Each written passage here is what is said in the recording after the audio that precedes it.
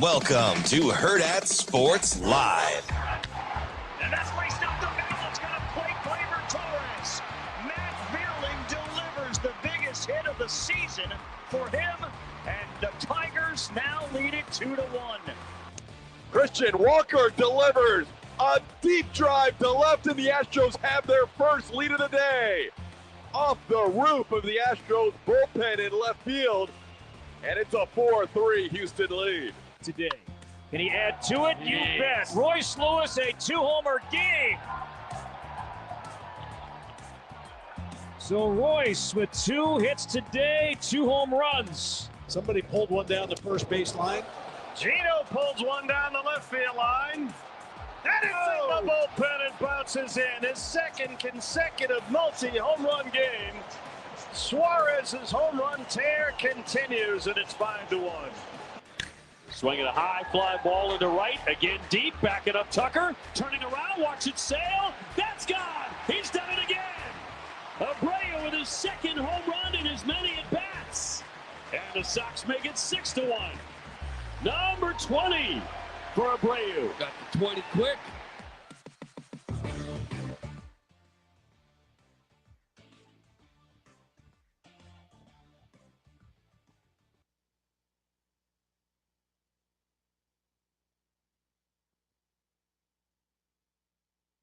So you haven't gotten me for 2 weeks, man. This might be hot take galore. I know it's been like it's been a minute.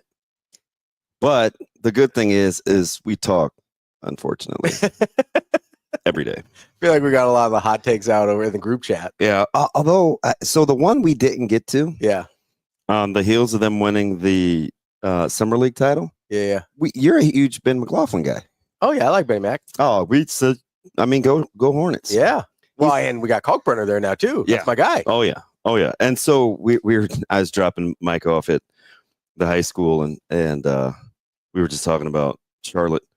He goes, I don't know any Hornets fans, not one. I was like, I got one. I know a single Hornet. I know a single Hornet fan, and he's probably celebrating. Him his kiddos, they were probably running around. His daughter probably had him like held hostage somewhere in the house. Yeah. He's like popping the sparkling grape juice for the Summer League title. Yeah, probably. Yeah, Welch's. Listen, you got to take what you can get, you know? Yeah, 100%. Should I try sitting down? I don't know. I was thinking about standing up. Yeah. I'll be honest. These are the most AJ, do you comfortable like chairs my in the world. angle? Or do we? I feel like I think you look great. I think Cam would probably move that camera, Austin. I don't know.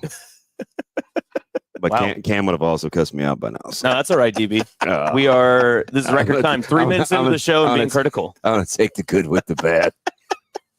Cam would have been like, Like, I didn't get cussed out, but do I want the camera somewhere else? I don't know. oh no. Yeah, so it was good. Watched a lot of bad TV shows. No, actually, I watched some good TV shows. What'd you watch? A lot of Netflix specials. Okay. I watched Piece of Her, which is kind of old. I don't know that one. Pieces of Her, I think it is. I watched Lou, which was a movie. I haven't seen Lou. I'm watching Untamed right now. Still nothing. I got nothing. I don't think so guess what I almost started? What? And I made it 31 minutes in. What? Ted Lasso. You only made it 31 minutes in? Bro, it was like 140. Oh, okay. So it wasn't like, oh, this show sucks. You were like, oh, Yeah, it's 2 o'clock. I'll come Okay, back to okay, it. okay, So okay. at least it makes, when I turn on my television, it is on the continue watching. Okay. So it's put it front of mind. Yeah. Top of the queue. Yeah. I watched Mobland. I have a all of it? All of it. So it's only 8 episodes, right? Yeah, That's yeah, why. yeah, Okay. Yay, nay. I wanted to like it more than I did. Big Pierce Bronson guy? He wasn't doing it for me. Yeah, I'm not a fan. I like Tom Hardy a lot. I like some of the other characters. Kind of a ridiculous man crush. No, he's great. I like him in almost everything he's in. Yeah, I wanted to like it more than I did, and I got what you meant by like I kind of needed more. Yeah.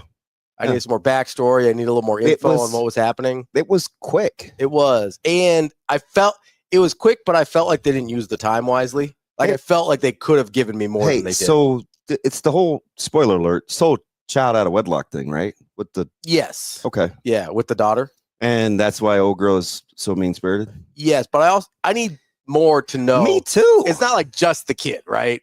Because it kind of seems like can't be for his Yes, for like vile as she is. Yeah, like I kind of need. She's horrible. Yeah, she's the worst. And I also. I'm glad you watched that. Yeah, no, I am too. Because I was like, okay, I've got time. We didn't have a show. Like, let's knock these out. And I was like, okay, Tom Hardy's cool. Got a couple other cool characters. I didn't really like the brother. Oh no, either. No, either of the brothers. I really didn't like either. Of the brothers. No, he's a rat. Yeah, so I was like, I'm not really feeling this. I was out, which I was bummed. That's like right up my alley. Like I like British shows. I don't know why. I just do. Me too. I like mob show. I like the way they talk. Well, you guys made fun of me. I kept talking about the whole BBC and subtitles, and you guys were looking at me like, "Oh no, that's where I got most of all my. I've seen like Department Q and I like that actor Matthew Good. Yeah, I like him a lot. Luther. Like I found all those shows. Yeah, on BBC. Yeah. So I started using the reason I started watching. Now, I'm an Idris Elba guy, but yeah, me too. Yeah. The reason I started watching shows with subtitles is because of Peaky Blinders. Yeah. The interesting thing? What's that? I almost can't watch a show without. I watch them all now with subtitles. Especially now that I can move it. Yeah. And it's not like in the way. Yeah. Yeah. Because sometimes score bugs are in the way. They're a problem. I will turn it off during sports sometimes. Do you realize score bugs prompted the question I asked the group chat? No. You and Shane? Things that were better as a kid? Oh, or things that were better about sports as a kid? No, I did not realize. You realize for probably 15 years, maybe more for me, I didn't have a score bug. Yes, I did know that because I've gone back and watched old games. Yeah, and you're like, I have no idea what the score is. I don't know how much time's left. Yeah. What's happening right now? And I paid no mind. And so there was a stretch where they tinkered with it. Yeah. Left corner, right corner. Some of them were huge, and some of them were tiny. You couldn't even read them. So I'm like, would I take that again? There were some I feel early 2000s ones that were kind of in the sweet spot. Yeah. I felt like they were almost just but they were long. They were big across the bottom, but they took up very little real estate top to bottom. It's just weird how much attention I pay to it now, and I didn't for years. Yeah, you didn't even have it. So I don't know. But my list, whenever we get to that, my list for things that were better as a kid in sports and food was relatively easy. So I had stuff. I wonder if you can guess what the first thing that came in my head was with what was better about sports when I was a kid. We've talked about it. Yeah, but you're post free agency. Yeah. So that's not it. The thing that's best. So I was a little more specific. It wasn't like free agency versus no free agency, or it was like a little more specific. They're back to it now that they wore their original uniforms in All-Star games. It's All-Star adjacent. You're close. It's not the uniforms, but you're close. It was more competitive. No, it was home run derby. Oh, good call. The home run derby when late 90s, early 2000s home run derbies were incredible. Yeah, and there was a stretch where it was ridiculous. Yeah.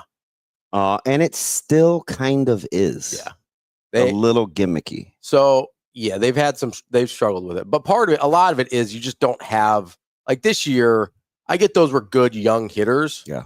But you didn't have the star power, right? Back when I'm talking about, you had McGuire, Sosa, Griffey, you had these guys in it every year, and those were the dudes. Yeah, my number one thing, easily, Todd already said. What's that? Less commercials. Oh yeah, easily. I forgot to jump in the stream. I should listen. I should pay attention to the comments here. That was the very first thing I thought. So when you're going to the NFL, you have touchdown commercial, kickoff commercial. Yeah, and you could time it too. I could go, Mom, can I have a Shasta? And she'd say, just use half a can. So I'd run up there, and I knew I could be back. I'm dead serious. That is it. And it was just enough time to crack the ice tray and fill it back with water and put it back in. Yep. You had to down to science. So she wouldn't have to say, who didn't refill the ice tray? Yeah, that was Kim. Come on, Kim. It wasn't me. I will say, in general, I do miss All-Star games being competitive. I loved the NBA All-Star game when I was a kid. Yeah, I really did. And my other one, and I don't even want to get into the list this early, but my other one is there a sport that you think was better as a kid? Oh, I would take baseball. Mine too. I would take baseball as a kid. Yeah. But I don't know how much of that's nostalgia versus actual quality. Like I love. I just those think it was a guys. better television product. Yeah, probably. Or I don't know if it was a better television product or the other television products weren't as good yet. Maybe. So like it was better comparative to the field. Yeah. Like they've really, I feel like, minus the commercials, nailed down how to broadcast basketball and football. And I don't think there's much more they can do with baseball. But I liked baseball more as a kid. Yeah. So I mean, it was a very uneventful 2 weeks for me. That's probably for the best. No, it was really, really quiet. Didn't leave outside of being at school. Yeah. But you were at the West Side a ton. I was at West Side a ton. Yeah. Even when I couldn't find you up there. Yeah. So you can't have listen. If you're in I know. If you're in the weight room, phones Coach are Samanji is not playing around. So I knew when I texted you it was a long shot at best. Yeah. But I was like, okay, I went to the football field. It's not there. I know sometimes you will stripe up the baseball field. I went to the baseball field. Not there. But I knew you were there because I saw your car. Yeah, we spent most of I park in the same place every day. So we spent. I just had to look for the Kleenex box in the window. I mean, we're literally, that's tough. Wow. He's got jokes already. It's weird working this close to him now. Yeah. Yeah. Is this going to be a thing when we're in here? Are you the guy, AJ? Only if you approve. No, listen, man. I think I lost power like 3 weeks ago. Others would argue. I just got some people would say you gained it. Well, probably has more to do with what you didn't do than what I'm actually doing. No. It's definitely what I did. It's 100% what I did. Yeah, he had a couple of days where I was like, ooh. Just threw that thing right in the ditch. I was like, he came out hot on a Monday with Memorial Stadium sucks. Yeah. So didn't help my co-host was dead, but that's fine. So how about I wasn't a lot of help. How about one of my colleagues at the network was like, your boy just blew up the internet. And I was like, I had no frame of reference for what she was saying. You think she meant me? Yeah. Oh, no.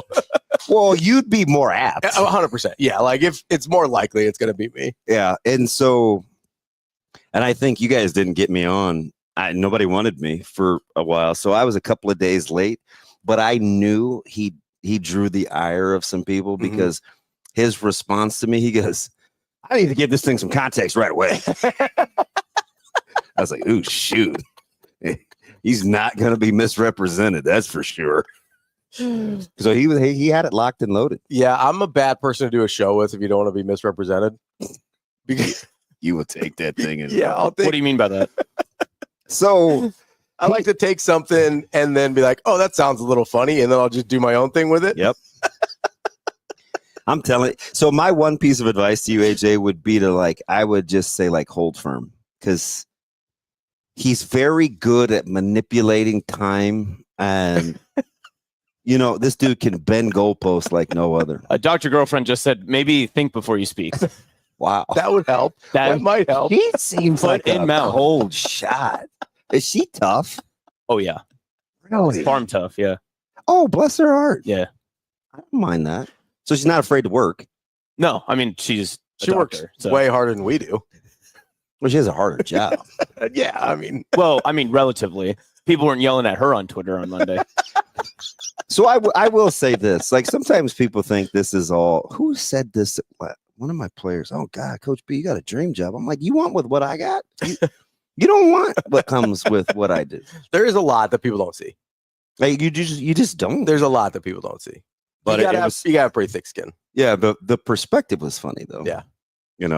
But I don't want to be laying bricks for a living, but there's no, there's a turn on Harrison where just one lane is getting worked on. Mm-hmm. They're doing something with the corner. I don't know if it's fiber optics or whatever, but looks electrical. You can't use the turning lane. And the guys that are actually working are kind of protected by the cones. Mm-hmm. And all I can see is they're shoulders up. Yeah. They're in in holes. They're in the ground. Yeah. I'm like, who dug those? Probably them. That's the first thing I thought of. They're going through concrete. Yeah. Who dug those? Well, they got machines. I'm sure they. Can you imagine? No, I can't imagine. That's why I was like, I'd rather do this than I'm not going to try to work manual labor. I spent 3 days in a batting cage. My wrists hurt. They're not called jackhammers anymore or anything, are they? Why are you like this, dude? Hey, I don't know if you forgot this, AJ. I'm funny. No, again, you don't see us when Rico and I are working back here at headquarters, but we just giggled the entire show. Like, it's a great time. Is so nonsensical. By the way, also Rico back working from home, but he's back. Oh, good for Rico. Yeah, he's decided that he's done all he can for raising the child. Now it's up to his wife. Well, I mean, what, we're 10 days in, right? 2 weeks in. He did all he could. He's a veteran. This is his third one. Yeah, I was like, come on, man. Veteran. You're fine. But I have to see how he is around the kiddos. Maybe time to ziplock and twist tie that thing on up. I told him, I was like, there's ways to not get pregnant, right? Yeah, but here's the thing. Okay. And my buddy just went through this. This is probably way TMI, but like I'm 50 and not because I'm scared. Oh, and my buddy just went through it and he was miserable.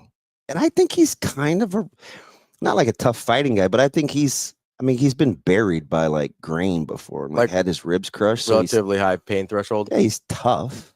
Can I say so I did it because team no kids. Yeah. Like hard. And you were low 30s, right? It was just last year. It was last year. So last summer. So almost exactly a year because it was right before the 4th of July. Yeah. Because that's why I couldn't get in the lake. Yeah, you had the fireworks. When our friend came in the pool or came and towed the boat in. No fireworks for Ravi. No, absolutely not. Bags of peas. Honestly, I didn't know what everybody was complaining about. It was a super easy. Oh, good. Experience. I'm encouraged. I texted some of my friends. I was like, are you guys just wusses or what's happening? Because I honestly thought it was not bad at all. I'm getting ready to redo my whole life insurance thing. Yeah. And I think I should just do every procedure I need done at once. Just knock them all out, man. I'd be in the hospital for years. DB, you have to get your eyes. You have to get those. Hey, Mom, good to talk to you this morning. Have to. That argument we had a month ago was just nuts. Hey, so I'm going to tell him myself again. I like how he just comes in and he's not even making a joke. He's just please get your eyes checked. So yesterday I worked the Omaha triathlon. Okay. And so we were out at Cunningham and that was your volunteer deal with Westside? Yeah, although my deal was different. I was doing Alan a solid because he's like, hey, can you No, he actually said, can you start the race? Oh, okay. This is 5 weeks ago. So no big deal. It was a gentleman start your engines thing, but that's what I was thinking. Yeah. No, it wasn't that. No. What was it? We're 5 hours of yapping on the microphone. Oh my God. Hey, go bib number 222. Sarah, that away. He did an Ironman. Hey, so first of all, the Olympic road race yesterday. Sorry, the Olympic folks versus the sprint folks. Those Olympic folks are ridiculous. I mean, yeah, just all in the water. They're lapping the yellow cabs. I'm like, damn. And they're swimming in the lake. Yeah, it's a little chaotic in that swim, isn't it? Yeah, and there's it's cool for me because I'm super OCD. Yeah. So they're like, hey, DB, you need to make an announcement. The water's 79.5 degrees. Wetsuits aren't legal. This, that, and the other. And I was like, fudge, or transition or your rules with your helmet and chin straps and stuff in the transition area. And so I feel like, ooh, I'm like an aficionado. No, it's terrifying. These people kept saying, oh, you're a good athlete. Oh, you're good at both two sports. Blah, blah. I'm like, there's no way I could do this. Even if I trained, yeah, I'm sure I could get there, but it's so mental. Yeah. I don't even know if I want to do that. No, it does not seem worth it at all. No. And you know me, when I'm fixated on something. Yeah. Hyper competitive. So there was this guy that finished third in his age group. He's a big guy and good looking dude. He had just strawberry red hair and he's kind of striking. He had this tattoo on his back. And I'm like, I ran over to him. Total stranger. I'm like, hey, how are your joints? This is how I'm talking to him. Yeah. He's probably who's this little dude. Like, how are your joints, man? Do you ache? So we're talking. And he's like, no, it's this, it's that, it's mind over matter. And I can't. He was significantly bigger than me. And he go at the very end, just casually, we're talking about mind over matter, why I like what I like just the mental me against you compete stamina thing. And he goes, yeah, I'm just recently last week, I'm retired Green Beret. So I was like, so he might be built a little different. I was like, oh, oh, listen, all-time weird DB. Man, man.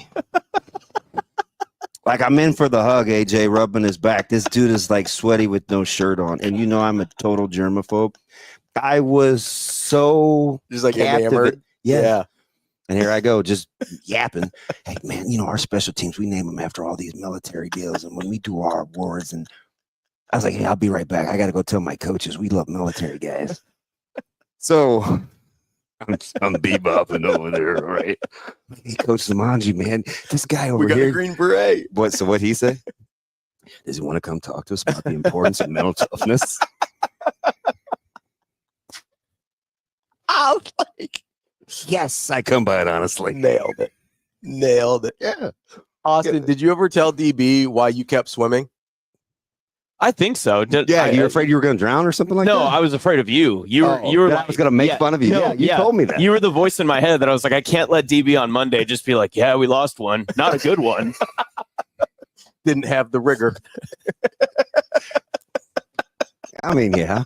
So if I can overcome swimming in an Ironman, you can go get eye surgery. Yeah. Be competitive. You know, and it's so funny, too. I don't even know if you need surgery. We just need to know what glasses he needs to wear. That is also true. We need one of the two. Yeah. So back to the triathlon yesterday. Yeah. I'm like reading the flight times. Okay. I bet I missed 3 names by like 17 letters. We have some like Eastern European stuff going on, or what? Well, I think one I said Montaigne, like and Tony? it was Montoya. That's close. No, it's not. ENGA and OYA, and I was like, but the wind was kind of blowing and the sun hit it right, and I was like, hey, Coach Sikora, can I borrow your readers? And I had both of these out there. It was embarrassing. My favorite part is how you borrow other people's glasses. Like that's how I ran to the truck to get these.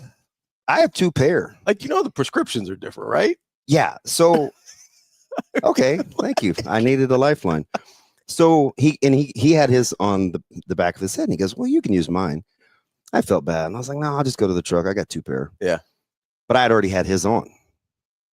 And so I went back and I looked through mine, and I'm like, these suck. So I walked back over to him. I go, hey, what magnification are those? Yeah. So those are 2.5. I'm like, see, that's what I complain to Ravi about. Once I put these on, you can't go backwards. His are stronger than mine. Mm-hmm. So these suck. Yeah.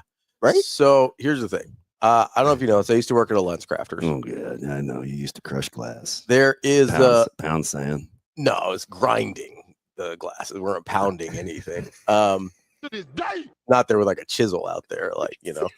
Yeah, I'm not out there digging holes on Harrison. So you know what would have been interesting? I immediately thought when I saw him, I was like, man, they need the Bugs Bunny thing where he just had the perfectly cylindrical hole that he dropped down, because they looked miserable. But anyway, I can't imagine it's a fun job. No, not at all. But but do you guys like? I need some like emotional support. Like, do you guys think that guy thought I was weird? I'm guessing yes, if I had to be honest. But he may have been okay with it. Like, it may have been like, oh, I don't know, this guy is a little unusual, but he was probably very appreciative of your kind words. Did he know who you were? I have no idea. Okay. He didn't lead on. Gotcha. Because I think if he had like an idea of who you were, I think he'd be like, oh no, that's so. That's I did get a DM from a guy. Yeah. That said, because I cannot read, I made a joke about whole language versus phonics. Mm-hmm. And the crowd was laughing, and the guy was like, hey man, my wife totally appreciated that, but I got her name right. Yeah. And it was not easy. Montoya. No, Montaigne. Oh, okay. What was the other one? And the lady came over. Was it it was like either Mizorowski or Murawski, and I said it wrong, and her delivery was like, dummy. And I was like, ooh, she's mad. Did you say that? Yes. Oh, she's not happy. So here's the problem: is I would be such a troll if I was doing one of those. I'd be the worst. So my guy Alan Cole, he like totally empowered me though. He goes, well, That's dangerous. I told him that. You're like, I need a script, homie. Otherwise, it's gonna. He's like, no, man. People love your personality. And I was like, you don't want that. And he's like, no, yes, we do. And I was like, no, you don't want that. And then it just turned into stand-up hour. Austin, can you just imagine, like, you work your butt off for however long, you're bringing the giant lunch bag to work and getting roasted for it to fuel for this. Well, I actually had his back, remember? I did too. I've taken much larger lunch bags than that to work. Not this work because I don't powerlift anymore. But when I was like, it was a cooler. Like I had an actual like cooler. His was firmly in lunchbox territory. Yeah, for as much grief as I give this show is 100% pro Austin. Yeah, that's great. We do get totally your back. am. And you actually have made me mad before. Yeah, we're no like David Shoemaker over here. Which Damon, you ran into Dave yesterday. Yeah. So if I would have known when he finished, because I was getting the results real time, so I'd be like, hey, happy birthday, Carl. And they'd be crossing the finish line. I'm like, this is a freaking yahoo that knows my name. I'd say, hey, Uriel, nice work. Yeah. Go get him. Or, this one guy had on like an Iowa jumpsuit. It wasn't, I said jumpsuit. It's not a jumpsuit. Damn, sorry. Wetsuit. It was like lime green. Yeah. And he had the visor. I mean, he was, he was all business. Oh, yeah. He was nice too. And I was like, hey, love the lime green. I'm not going to say his name. I was like, love the lime green. And so about 5 minutes later, he comes over and he's like, super hard, right? He's like, hey, appreciate the encouragement, bud. I was like, thought you might hate me. Made a new friend. He was 74 years old. Yeah. On his division, his age group. There you go. He's getting ready to get in the pool. Yeah. And it's like a little narrow, the lake. It's like a little narrow deal. And you kind of had to go down and they did you in like groups of 3. And he goes, hey. That ain't wet. No, that's not what he said. And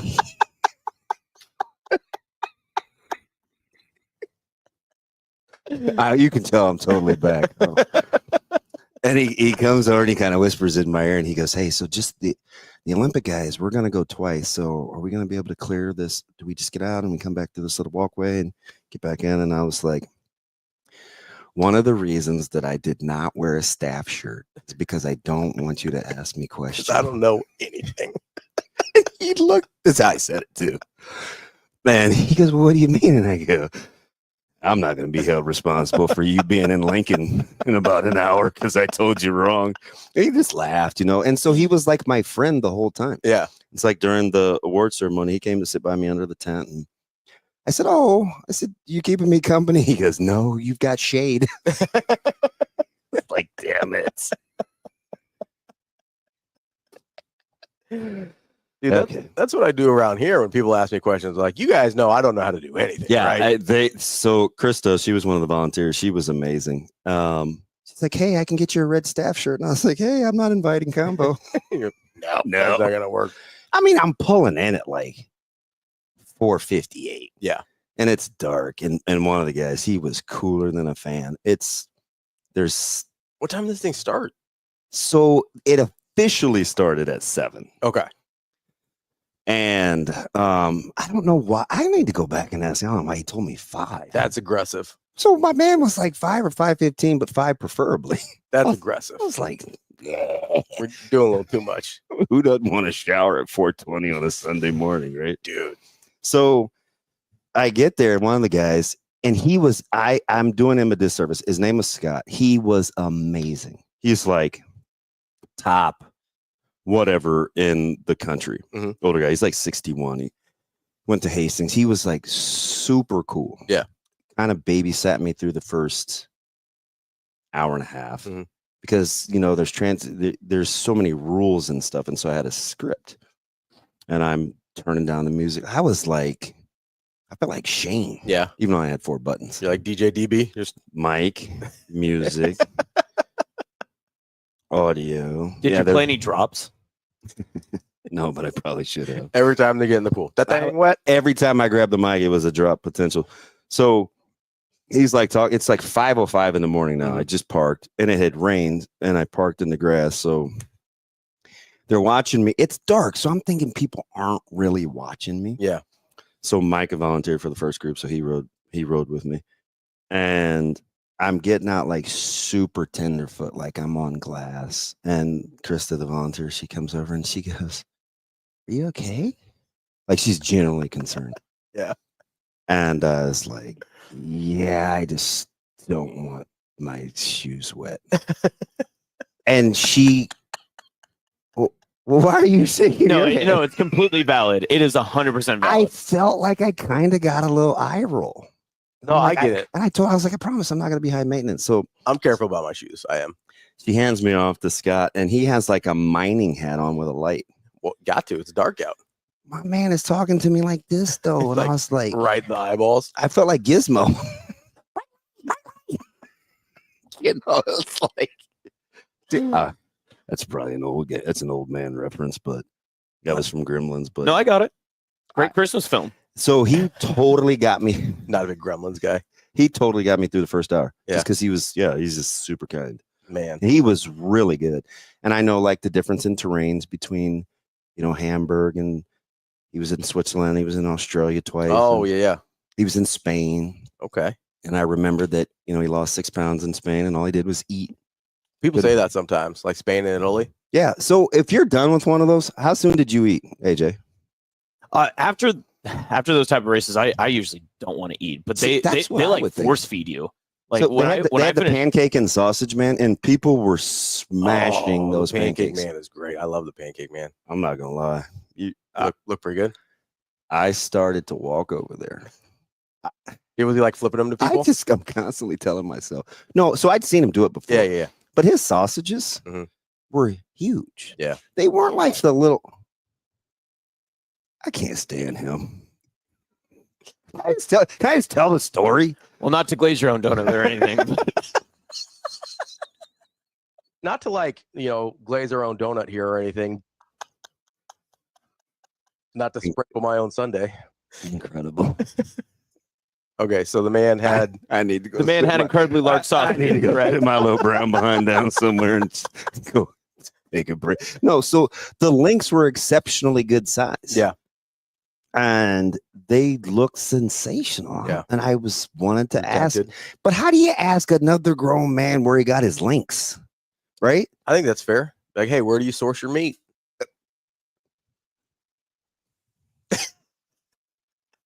He probably buys it by the bulk, right?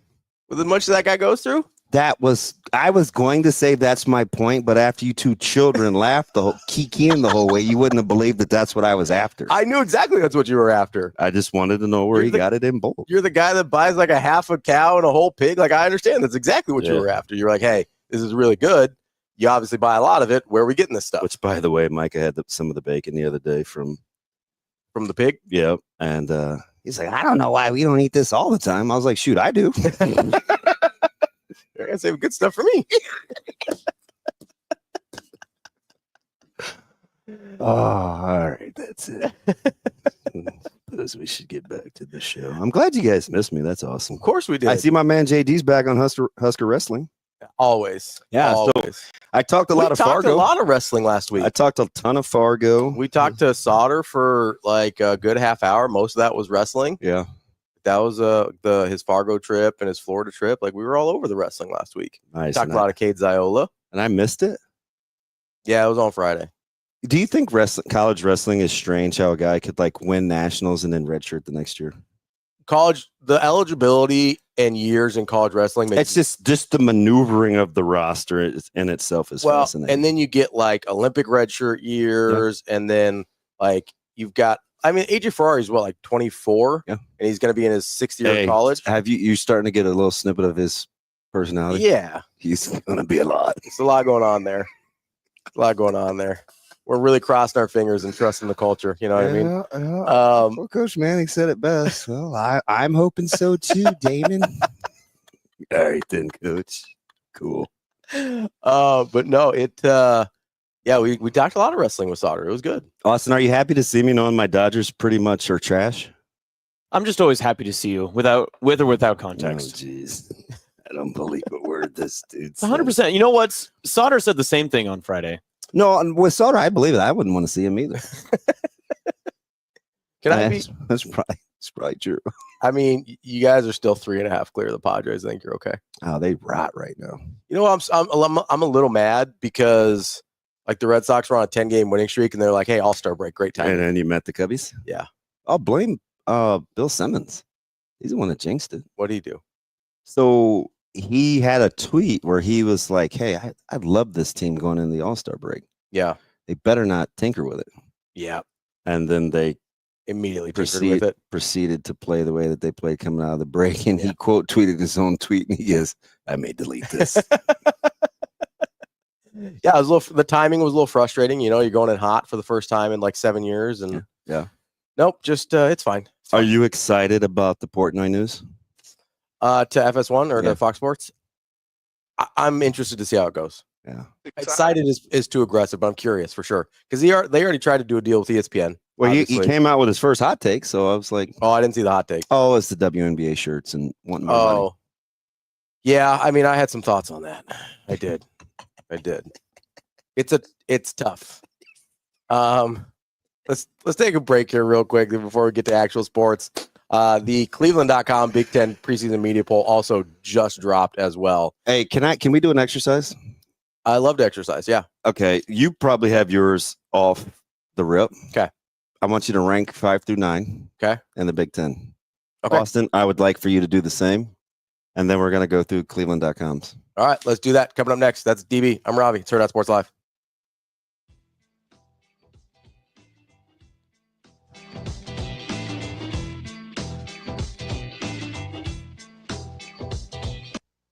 Yeah, that was difficult. And, you know, I think, and I've said it before, I think one of the things we learned from the Auburn loss is I think their depth really wore into us the second half.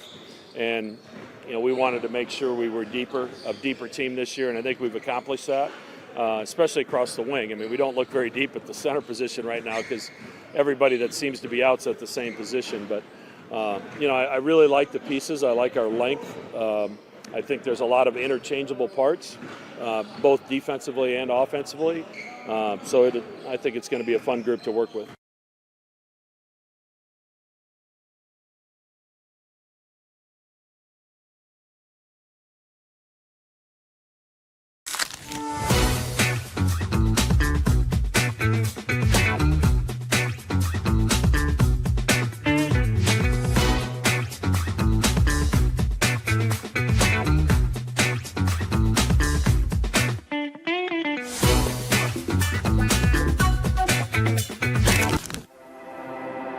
A successful financial future is built one coin at a time. Whether you're just starting out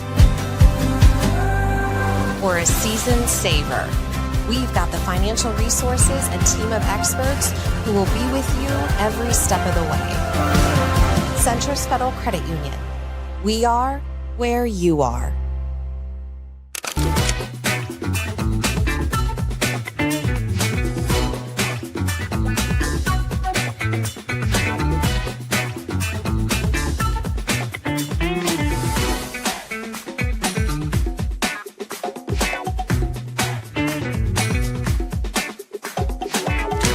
I was not in a good place mentally last year at the end because like we were playing important games, but back on my mind was always like, this might be my last game, and I haven't really showed you guys what I can do yet, and like all this stuff was just like in my head constantly throughout the whole season, and having to earn my role coming in so late and everything, it was maybe the most mentally, challenging year I had in my career so far. So right now that I don't have that, I feel free, basically. I feel so light. I just go out here, work, and, just wait for the season and no uncertainties. I know what's ahead of me, and that's it,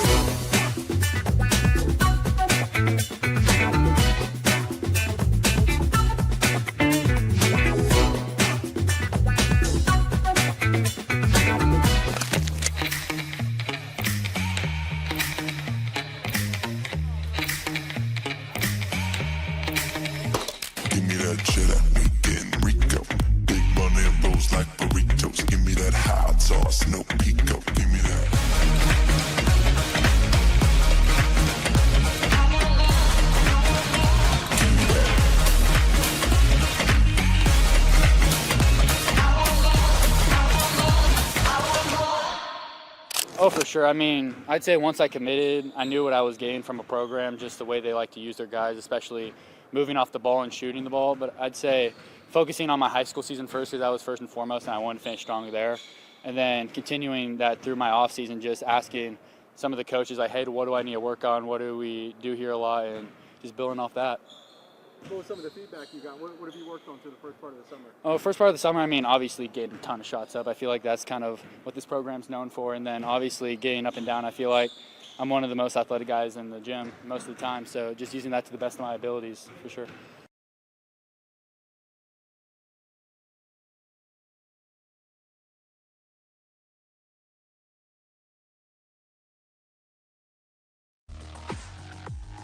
You're listening to Hurrdat Sports Live.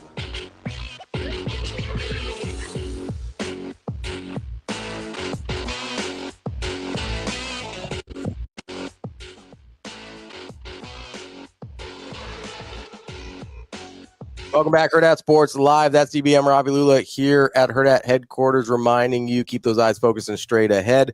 We're not going to stay focused, but you do need to when you're on the road. Make sure you are not distracted. This message from the NDOT Highway Safety Office. Speaking of which, of the three, which one of us do you think went to Hurrdat Sports Bar? Well, it wasn't me. Let's go. I almost texted you this morning, but I was like, I don't want to be patronizing. So here's the funny thing.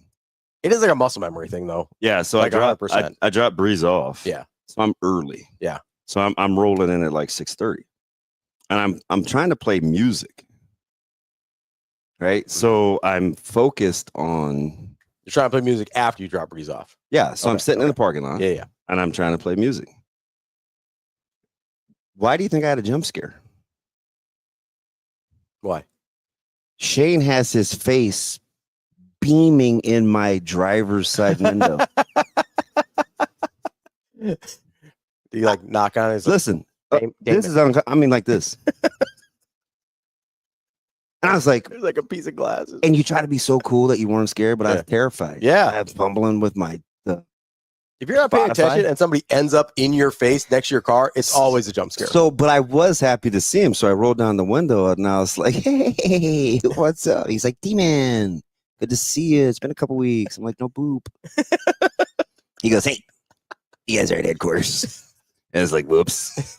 My bad. That's exactly right. And Sasha told me to. Yeah. Yeah, but that was so many group texts ago. I know. I thought about, because I know some things. I mean, it has to be 35 messages ago. I know. I thought, and that's why I thought about, I was like, okay, should I just bump it to the top? And I was like, no, don't be patronizing, however you say it. Listen, if I can go to the wrong stadium in a city, I should probably not be a, you should I should have texted. That's on me. That's on me.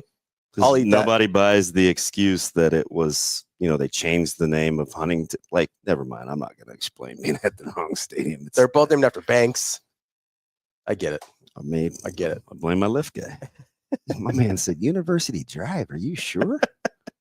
Yeah, I'm sure. I do think if you're going University Drive and you're asking for a stadium, then maybe you should put two and two together. The driver? Yeah. Yeah. I mean, I think that's reasonable. But remember, his significant other was from Omaha, so I think we were kind of distracted. Oh, okay. And they were going to this concert, and it's dumb the weird things I can remember, but yeah. So anyway, I didn't let myself off the hook. That's all right. I appreciate you taking accountability there. Did you recover from Wimbledon? Yes. I didn't love how Alcaraz played in the final. I didn't love it. I was not. And I don't like Sinner. I don't know why. I just don't like him. Polar opposites. They really are. But yeah, no, it was. I mean, I knew going into it, I hadn't loved how Alcaraz had been playing. Like, he'd been playing with his food a lot, and Sinner's too good for that. I know he got away with it in Roland Garros, but that's not going to happen very often. Were you happy with Scheffler? Sure. Did it change? Did you want a little more excitement? I thought it was really interesting coming off of his comments last week. Are you over the immediacy of Tiger comparisons? Always, yes. I'm always over the immediacy. I don't know why we can't help ourselves. Like, we can't. It doesn't matter who it is. Doesn't matter what sport it is. This guy's the next Jordan, or this guy's the next. I mean, I remember this is how old I am, just 20 years ago now. I remember people being like, Cameron Maben next to Griffey. And it's like, nope. Great pull. Like, not doing it. Wow, really? Yeah. Cameron Maben. Cameron Maben, baby. And I kept waiting for it. And I go, I don't think it's going to happen. He's hitting like 240 in AA at 19, and Griffey was in the big leagues already. Like, that's probably not the same guy. Yeah. Although, and Griffey is one of those guys. Yeah. That I was talking about earlier. Oh, yeah. So set this up because this is interesting. Oh, we're jumping. Well, on the heels of the Scheffler Woods discussion, this would be the segue. Absolutely. So I was all sorts of, I'm engulfed in this conversation. Yeah. On social media about this whole Jack versus Tiger thing. Mm-hmm. And, you know, it typically seems to be an old guy, young guy thing. But like the separation on the views. But I would for this discussion, I would probably consider myself on the older end of this take. Probably. Yes. I would say so. Of this take. I think so. So I've got a couple guys that are animate about Jack being the better golfer, which is fine, right? And I said, hey, I'll hear any discussion on this. Yeah. Except for head to head. Head to head is like if they're so, and I prefaced it by saying, hey, better resume, anything you want to put statistically outside of the wins in bunches and percentages of starts. Yeah. From like whatever it was, 96 to 02, where he was winning like 29-7. Yeah. Okay. He's winning 30% of his starts. I said, I'll hear anything and be open to it. You like Jack? Hey, cool. I'm not going to fight you over that. A lot of top twos, a lot of wins, the most wins, whatever. Don't go head to head because, and I don't like being that guy, but clearly, like I've thought about this for a long time. Yeah. And I have learned to frame my discussion in ways that support what I think, right? Yeah. I'm like, and he's like, no, I take Jack would beat Tiger head to head. I'm like, absolutely not. Absolutely not. Absolutely. Like 1974 Jack Nicklaus is not beating 2000 Tiger Woods. And I'm not listening to why I don't do that is because it eliminates the discussion of equipment and course and who you played against because those things you cannot change. So I don't want the whole historical context thing of the resume, but then we get to extrapolate on what it could potentially be like. Yeah. Right? Like you're not going to can't have it both ways. Not how it works. Because the resume is a direct result of the era. Of the era. Right. Right. This is why I struggle with Bill Russell. So you got to stay there. Yes. You got to stay there. Yeah. And I'm like, and maybe they are. I could be crazy. But is anybody taking 74 Jack Nicklaus over 2000 Tiger Woods? Not if they're being honest. Not if they're being honest. You just can't, right? Head to head, right? You could take the resume, right? You could take and I can say that and laud Jack's historical prowess. Absolutely. But in the same vein, there in no way will I ever take 1963 Jim Brown over 2020 Derrick Henry. Absolutely. I'm taking Derrick Henry. How many yards does Derrick Henry run? Like this is, I know 20, like 2027 or something like that. So, but listen to what I'm saying. Though. Yeah. My discussion was about just the evolution, just the physical prowess. People get bigger, stronger, faster, like that. And there's only really a handful of people historically that even have a shot. That even could enter the discussion. Yeah. And listen, I can say that and still think I'm not going to fight you if you want to put Jim Brown in your top 5 or top 2 running backs in his era. But head to head, which is what I said we ought not do. Yeah. Who's taking Jim Brown in 63 over Derrick Henry in 2020? No one in their right mind. Anyone? No one in their right mind. Because when you, especially in football, it's hard, right? Because when you say head to head, I almost have to be like, okay, what does Jim Brown look like in this era versus what does Derrick Henry look like in that How era? many sets? Yeah. How many games do you think Rod Laver would beat Pete Sampras? None. Okay. Rod Laver is widely regarded as a top 5 player of all time. Yeah. Sampras can't even crack the top 3 of his era. Well, it depends on when you cut the era off, but yeah. Right? Yeah. Of his era. Yeah. Sampras would get absolute the difference between Laver and Sampras is basically the same as the difference between Sampras and like Djokovic. Yeah. Like Joker would ruin Sampras. Yeah, it'd be like maybe double bagels. So it's like probably not, but because, how can we with a straight face? Listen, most people think Ali's one of the greatest. Mm-hmm. Hot take: Lennox Lewis would ruin Muhammad Ali. So Lewis is a little out of my wheelhouse. But like just in the general sentiment of the argument, I'm not going to fight you. The reason I picked Lennox Lewis because most people do not treat him well historically, and he was really unbelievable, good. Really good. Yeah, he's unbelievable. So I've got a little bit of a blind spot with heavyweights in the early 2000s. So like I don't have. I'll give you great about fighting on that, but you know what I mean. Yeah. What about? And you can only really give me a handful of athletes that I think like transcend their era of older, yes, being better than newer. Yes, I think Barry Bonds is in that discussion. I think that's fair. I think Barry Bonds could smash a baseball in any era. And I'll even do pre-steroids Bonds if you want to get picky about it. I think probably I would listen to Gretzky. Gretzky's interesting, especially how the game is being played now. So I was going to say there was probably a moment, right? Because the game shifted away from his style, got way more physical because of Gretzky, though. And now it's gone back, though, right? Yeah, he could get there was an era after him where he would have struggled more, and now it's back to where he would be really good again, right? Like I'm not misrepresenting that. Well, no, you're not. Okay. See, this is what I'm talking about.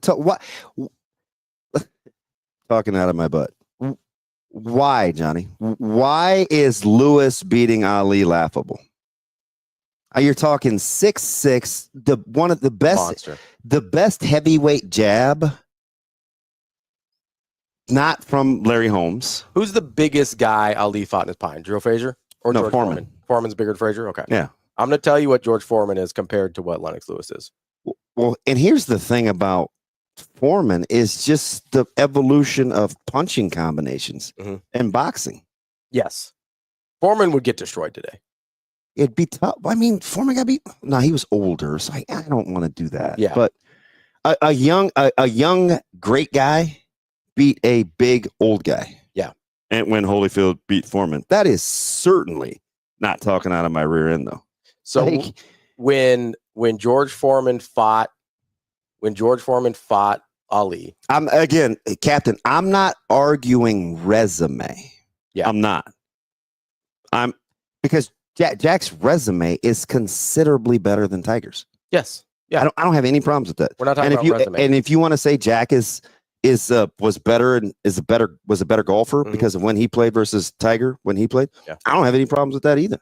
I'm just telling you, 74 Nicklaus isn't beating 2000 Tiger. Like you put them on a golf course together, he's not winning. What did Tiger struggle with when he struggled? If he struggled, it was going to be his driver, right? Mm-hmm. Would he have to use his driver?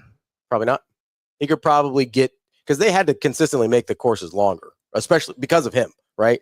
So, well, I mean, Tiger proof is a thing. Yes, but let's. He could break out the 3 or 4 iron and probably drive, quote unquote, all the courses that Jack played on. So I just want to land the plane here with. Lennox Lewis was 6'6", 260 when he was fighting. He's 40 pounds and 2 inches tall, bigger than George Foreman, who was a giant at his time. Right? Yeah. And Lennox Lewis was a much more skilled boxer. George Foreman didn't have a lot of the skill set. So don't necessarily get hung with the premise is the evolution of the sport. And I'll land the plane here, Cappy. And just evolution of physicality to a certain degree. What's the weight differential between 2 current greats and Terrence Crawford and Canelo Alvarez? So It's realistically about 17 pounds. Okay. 17. Yeah. And they're both young and really, really good. Mm-hmm. Why is Canelo the favorite? He's bigger. Who is the more skilled of the fighters? Crawford. Okay. So we're gonna skip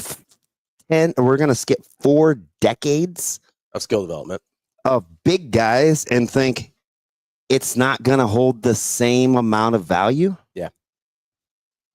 I get it. It doesn't make any sense. It's the reason that like JJ Redick says like John Havlicek would get eaten up in today's game. This is your captain. Sweet. No, I get it. I'm just like, we got a major in the majors. Yeah. Right. And minor in the minors. Like I just this was JJ Redick's point though, when he's like John Havlicek would get I don't know if John Havlicek could make a roster today. I really don't. Yeah. Like no, I'm with you. You know, like I don't, and this is my big struggle with Bill Russell, right? Resume better than everybody. He's got the best resume in the history of basketball in terms of team success, at least. I just can't believe that this is like. Is there a single center in today's a back and forth? Is there a single starting center in today's game that you're taking Bill Russell over?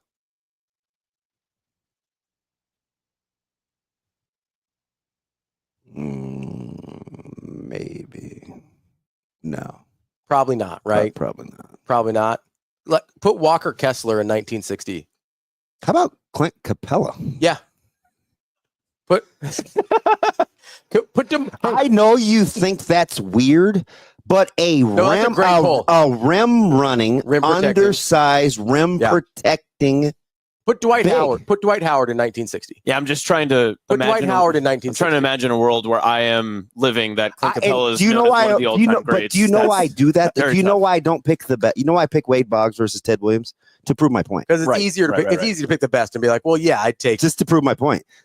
I would take Shohei Ohtani over Ted Williams. Clint Capella's going for 30 and 30 in the 60s. Yeah. He just is. Absolutely. And I'm not being. And he'd have like a 70% field goal percentage. And I'm 50, right? So it's not like I want to ride with the young guys in 2025. I'm just telling you, 1994 Damon would be significantly better than 1974 Damon. Yes. That's just how human development works. Like, so what are we talking about? No, I know. I agree. How good would Andrew Bogut be in 1950? One-armed Andrew Bogut. He'd beat George Mikan. He would. He'd be the best player in the league. Don't tell that to Shaq. He's a big George Mikan guy. Like, can you imagine? Like any of these guys, I've made this point before, but Jamal Crawford, if you throw him in the 1960s, is the greatest basketball player of all time. Yeah, I just they would think they think it was witchcraft what he does with a basketball. TK, right? O lineman. Like, what would Mike Webster do? Yeah. There's no Mike Webster was the greatest center in the 70s. Yeah. I'd say that. Put him again. Let's pick an average because it's easy to be like, oh, Aaron Donald's. Like, yeah, Aaron Donald's eating everybody up from every era. Who's an average, like a league average defensive lineman? He's not average, but like, what about like Webster and Hargroves? Or let's do like Derek Brown. Something like that. Let's do this. Bring it real close to home, right? Mike Webster versus Ty Robinson. Hasn't played a down of NFL football. It was a 4th round pick. Like, that's probably a round where you would start league average. He might end up being better than that. He might end up being worse than that. We have no idea, right? Yeah. Would Ty Robinson not just beat the ever-living hell out of Mike Webster? What would Sue do with... I know. Sue's too easy, though. Is he? Yeah, because he was doing that to people of his own era. Okay, he was throwing Texas offensive linemen into Colt McCoy. Let me give you another example. Yeah. Okay. Better resume belongs to probably Zach Thomas. Okay. Yeah. You taking Zach Thomas or Levante David? Levante David. Okay. No question. Do you know how many? You know many? Here's a really. Do you know how many All Pros Levante David has? Like 1. 3? Oh, Sue has 3. Yeah, that's crazy. What are we talking you know, you want to do a different one that hits really close to home on both fronts. You taking Derek Brooks or Levante David? I love Derek Brooks. Oh, I'm taking LD. Absolutely, it's not close. I'm taking LD. Not close. Like, zero question. Yeah, Derek Brooks is one of my favorite defensive He's an all-timer ever. Like, you can recognize the historical significance. Yeah. And Captain, I am so with you. That's funny. He said him. He mentioned the guy that I said was debatable. Oh, Pistol Pete. Yep. Well, and you know how I feel about Pistol Pete. And I didn't, Captain. I didn't even say his name out loud because I do think Maravich gets undersold historically for how good he was. Yeah. And his skill sets fit. Yeah, he'd fit in today. Yeah, I'm with you. Do you remember on that, Cappy? Do you remember one of the first online interactions we had? We're going on almost 10 years ago now. Is you were talking in your previous life about like basketball players and where they fit historically and things like that. And I think I tweeted at you or texted you or something. It was before I had your phone number, so I had to tweet it at you. And I go, Pistol Pete might be the most skilled basketball player of all time. Yeah. This was pre-prime Curry. Yeah, I'm with Captain on that. Like Pistol Pete would fit into any era because his skill set is so high. And he's 6'5". You know how big that was for a guard back then? Yeah. And that's still, I mean, for a point guard, 6'5" is still big. It's still big. Right? Yeah, I'm that's a good pull, Cappy. Pistol Pete, I think, translates. I would have said him. That's because there's a handful of guys that are like better before their time. Here's my new bestie, Caden. Caden, what we got? He's with me. Larry Holmes, Jeb. But the thing about it is I think we're being like purposely obtuse if we don't acknowledge that. Oh yeah. Like you just have to be being stubborn. Yeah, you have to. Right? I mean, who in their right mind? I'm dead serious. You get them as is, because again, you don't get the benefit of the context of where they played in history, and then say, well, if they played that, no, you get 74, Jack, and I get 20-0-0 Tiger Woods. Mm-hmm. I'm winning absolutely every time. The only other guy that I'm not the only other guy. The other guy that pops up in my mind is I do think 80s Jordan translates today. So I said Jordan ? I think can you envision a game? Yeah. Being played head to head between LaFraud and Jordan. So positionally, probably not. But so I'd probably go to try and go to a guard. Okay. But yeah. But would you take 02 Bonds over 2025 Ohtani? Yeah. Me too. I'm taking 02 Bonds over everybody. And Ohtani's incredible. Yeah. I'm taking 02 Bonds over everybody.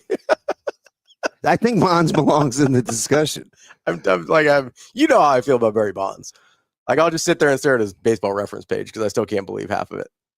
Like I do think Jordan, though, like, can you imagine? And I know people, but like, can you imagine if Jordan got Jordan beat Shea Gilgeous-Alexander 1-on-1, right? Yeah. I like to read Asian White's point. Where do we go here? Such as when making a greatest all-time list, you're not going to leave off some of the legends and put modern scrubs ahead of them. It's their significance at the time they played. No, I get that. Right? So if we're going to acknowledge that, yeah, and also say that Jamal Crawford would beat the brakes off of John Havlicek. Yeah. Right? Like both those things are true. Yeah. John Havlicek is more important to basketball. You can't get the benefit of the era and then get to leave it and we extrapolate on what you would have been. Yes. Because, and here's the thing about going backwards to forwards versus forwards to backwards. If you're starting with backwards, you haven't progressed yet to the next level of where other people are training. Yes. Okay. Yeah. But I still get my same skill sets if I'm going backwards because that's what I've already had. That's what I have. Yeah. There's no extrapolating. This is what we have. Yeah. Like Johnny Pig makes Braun versus Magic 1-on-1 is what I would look at. Well, that's the comp that I would give his skill set. Right. So if I'm looking at like that, and that's the difference. But I've said that from the jump. You know, I'm always more of a Magic versus LeBron guy than I am LeBron versus Mike. But you know how I feel about Larry Bird, right? Yeah. You could put Larry Bird up against. Hey, do you want you want a joke? Yeah, Larry Bird or Austin Reeves? I'm just kidding. I am taking Larry Bird. Just kidding. But give me like Larry Bird. Who dropped trainer guy? I don't know. Was it DeMarinis? Oh yeah, it was. That's a great term. Yeah. Yeah. He was talking about. Basically, his point was, if you want to reiterate it, guys that play in this era that are products of skills training. Yeah. Yeah, no, there's a lot of those guys. And like, good for them. I thought that was a really, really good pool. So I'm trying to think. Noodle arm bonds. Yeah, that's a good point. No, there's a reason played left field. But my dude could rake though. And for a while he could still run. I'm trying to think though, who's a modern NBA 3 or 4 that would be a good not a good comparison, but like a good one-on-one matchup with Larry Bird. Kawhi. I'm thinking like not even as good as Kawhi. You're calling him a 4 because of traditional positions, right? Yeah, 3 or 4. I mean, he's like can we just say a small forward, a point forward? That's fine. Because I think Pippen. Take Pippen. That's not even that old. I think Larry Bird would beat Pippen. Okay. I think Pippen would actually age really poorly in today's game. I think he's way less skilled than we think. Like, go back and watch those games. No, go back and watch those games. Scottie Pippen would get eaten up by some like pretty what we would consider pedestrian threes, I think. Yeah. His skill set is not. You taking Worthy or Pip? So Prime Worthy's probably a little before me, but I think I'd take Worthy. Prime Worthy was incredible. I think I'd take Worthy. But I'm saying like, okay, like Kawhi and Pippen get the comparisons all the time, right? You're definitely taking Kawhi. Yeah. I guess, and the thing that got me, and that's a good one, Rico. I don't particularly love Carmelo Anthony, right? But if you put Melo against Bird, I have to take Melo. Every day that ends in Y. Yeah, right? Like, Larry Bird, way more important to basketball. Yeah. Carmelo Anthony smokes him in one-on-one. Yeah. Right? That's a great pull, Rico, because I don't care for Carmelo at all. And I hate to say this because I'm a big fan, but Carmelo Anthony is a better version of Bernard King than Bernard King. Yeah, absolutely. He's the And Bernard King was a stone cold bucket getter. Yeah. Put J.R. Smith on the Bad Boy Pistons. That's what I want to see. If you put J.R. Smith in like 1974. You talking about Nuggets, J.R. Smith, yeah. where he was just nice?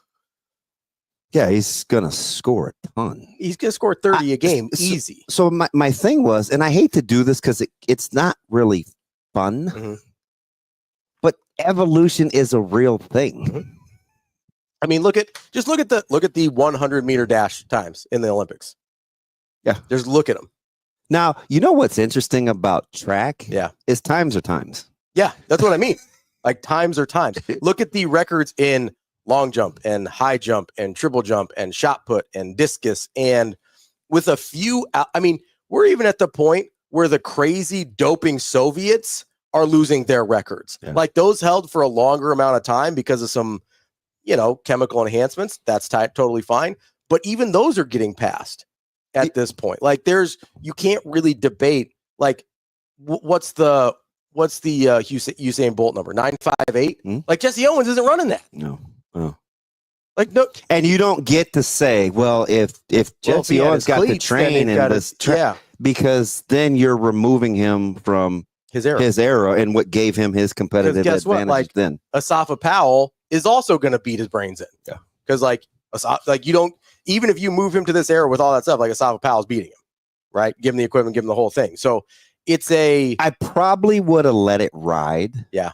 Except for my man came back and he hit me with, and I think he's talking about everybody that's in the conversation. So it's not just specific to me, but I think I'm the only one. I made the most firm point because I wasn't like, well, yeah, but no, like I'm just like anything but head to head. Yeah. I'll listen to anything but head to head.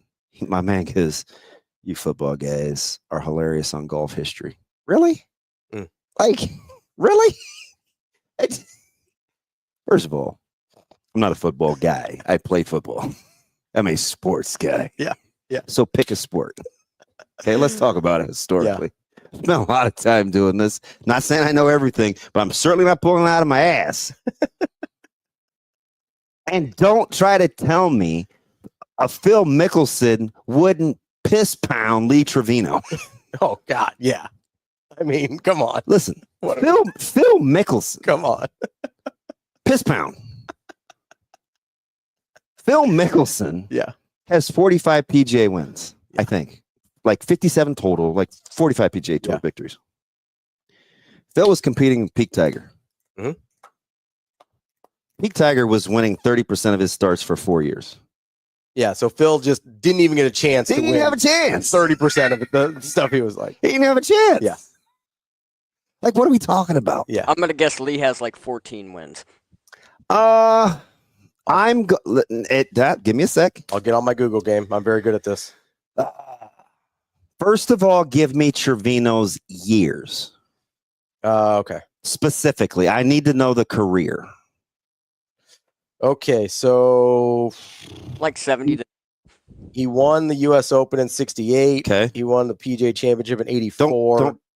Okay, so we're talking at least 16 prime years. That's his first and last major. So 16 prime years is what I'm going to call it. Yeah, Jack in the 70s. Arnold.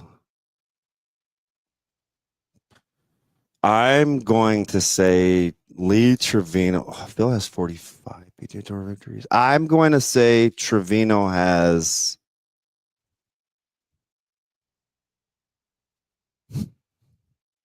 30. 29. Let's go. Football guy. You're a freak. You're a freak. Football guy. I will say, I will say there's a couple Secretariat mentions in here that just like as an athlete that transcends. Like, is anybody taking Trevino over Mickelson? Not in their right mind. Oh, how about this? Because we just talked about him 3 weeks ago. Okay. Anybody think Koepka is an all-time great? Anyone? No, absolutely not. Does he make the discussion? No, not even close. No, not right? Even close. Koepka or Arnold Palmer? Koepka. Okay. This. Also, Captain, you're using the worst skill, the worst subset of people to argue against me on the Melo versus Bird thing. He says, I'm willing to bet any amount of money that 99.9% of NBA players to ever play the game disagree with me. NBA players are famously morons in this discussion because they always think historical context. Yes, because they always think everybody outside of Charles Barkley. There is a reference. Yes, there is, but everybody outside of Charles Barkley is just like, yeah, my era would have dominated these guys and blah, blah, and whatever. And then you hear Steve Kerr, who, by the way, played with Michael Jordan. I don't know if you remember this, won a few championships back in his day as well. He's like, oh, yeah, because people famously get slower and smaller over the course of time.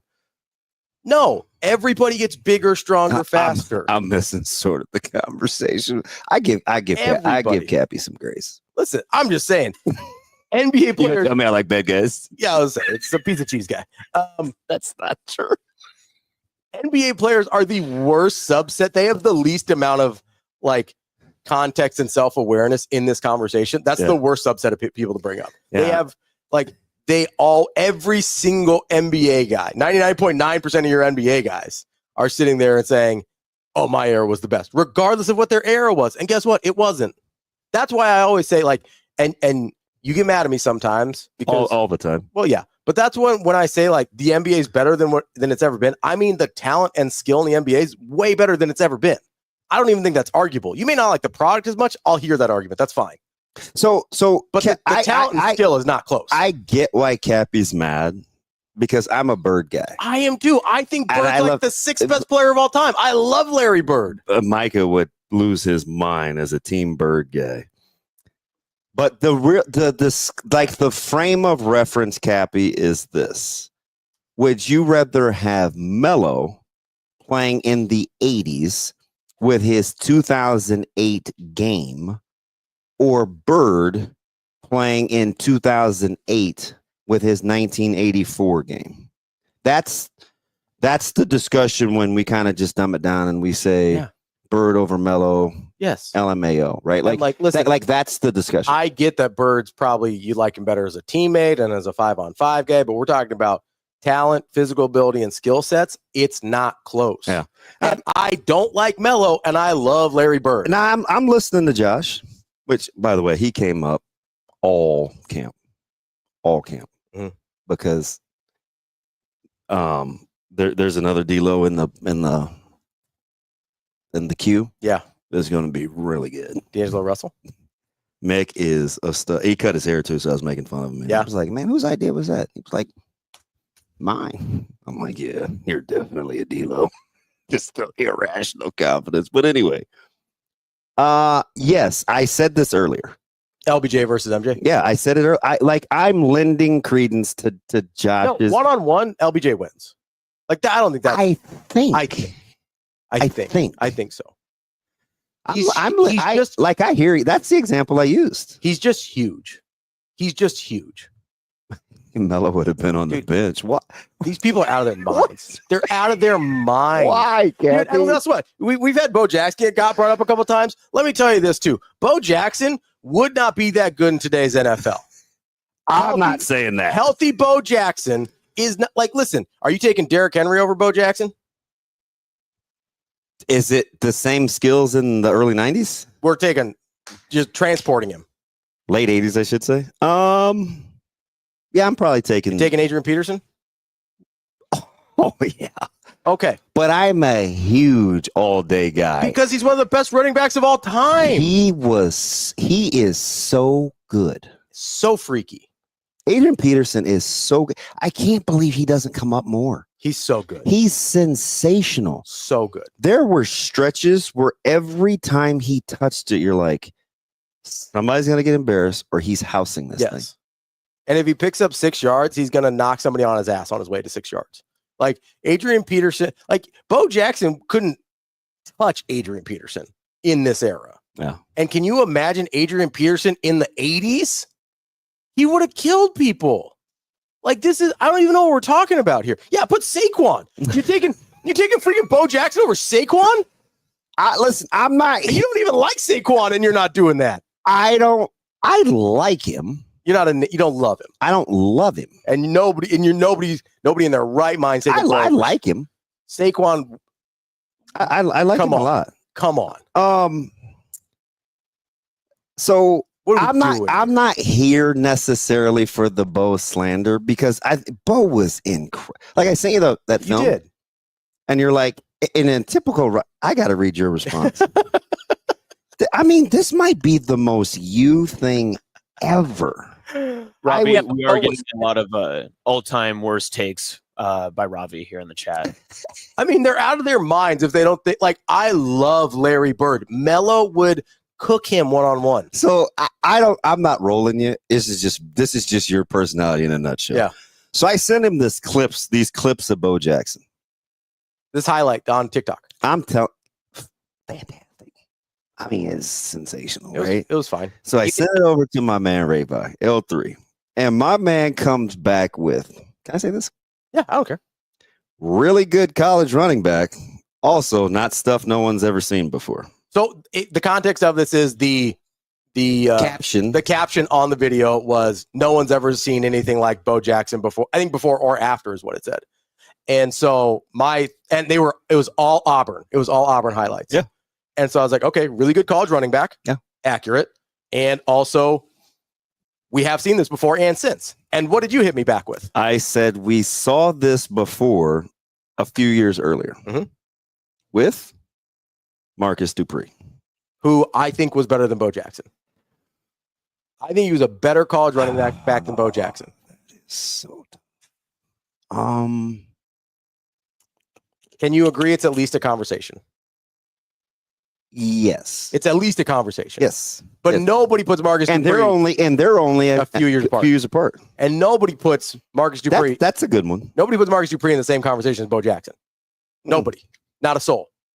And we're at the very least saying, except for the best that never was. So I think the what thought is the what if. But even with common people, the what ifs don't go to Marcus Dupree. Now, if you're like I'm with you. If you're like a big college football head, then it does. That's fair. But even in the what ifs, it doesn't go. It doesn't go to the Marcus Dupree the same way it goes to Bo Jackson.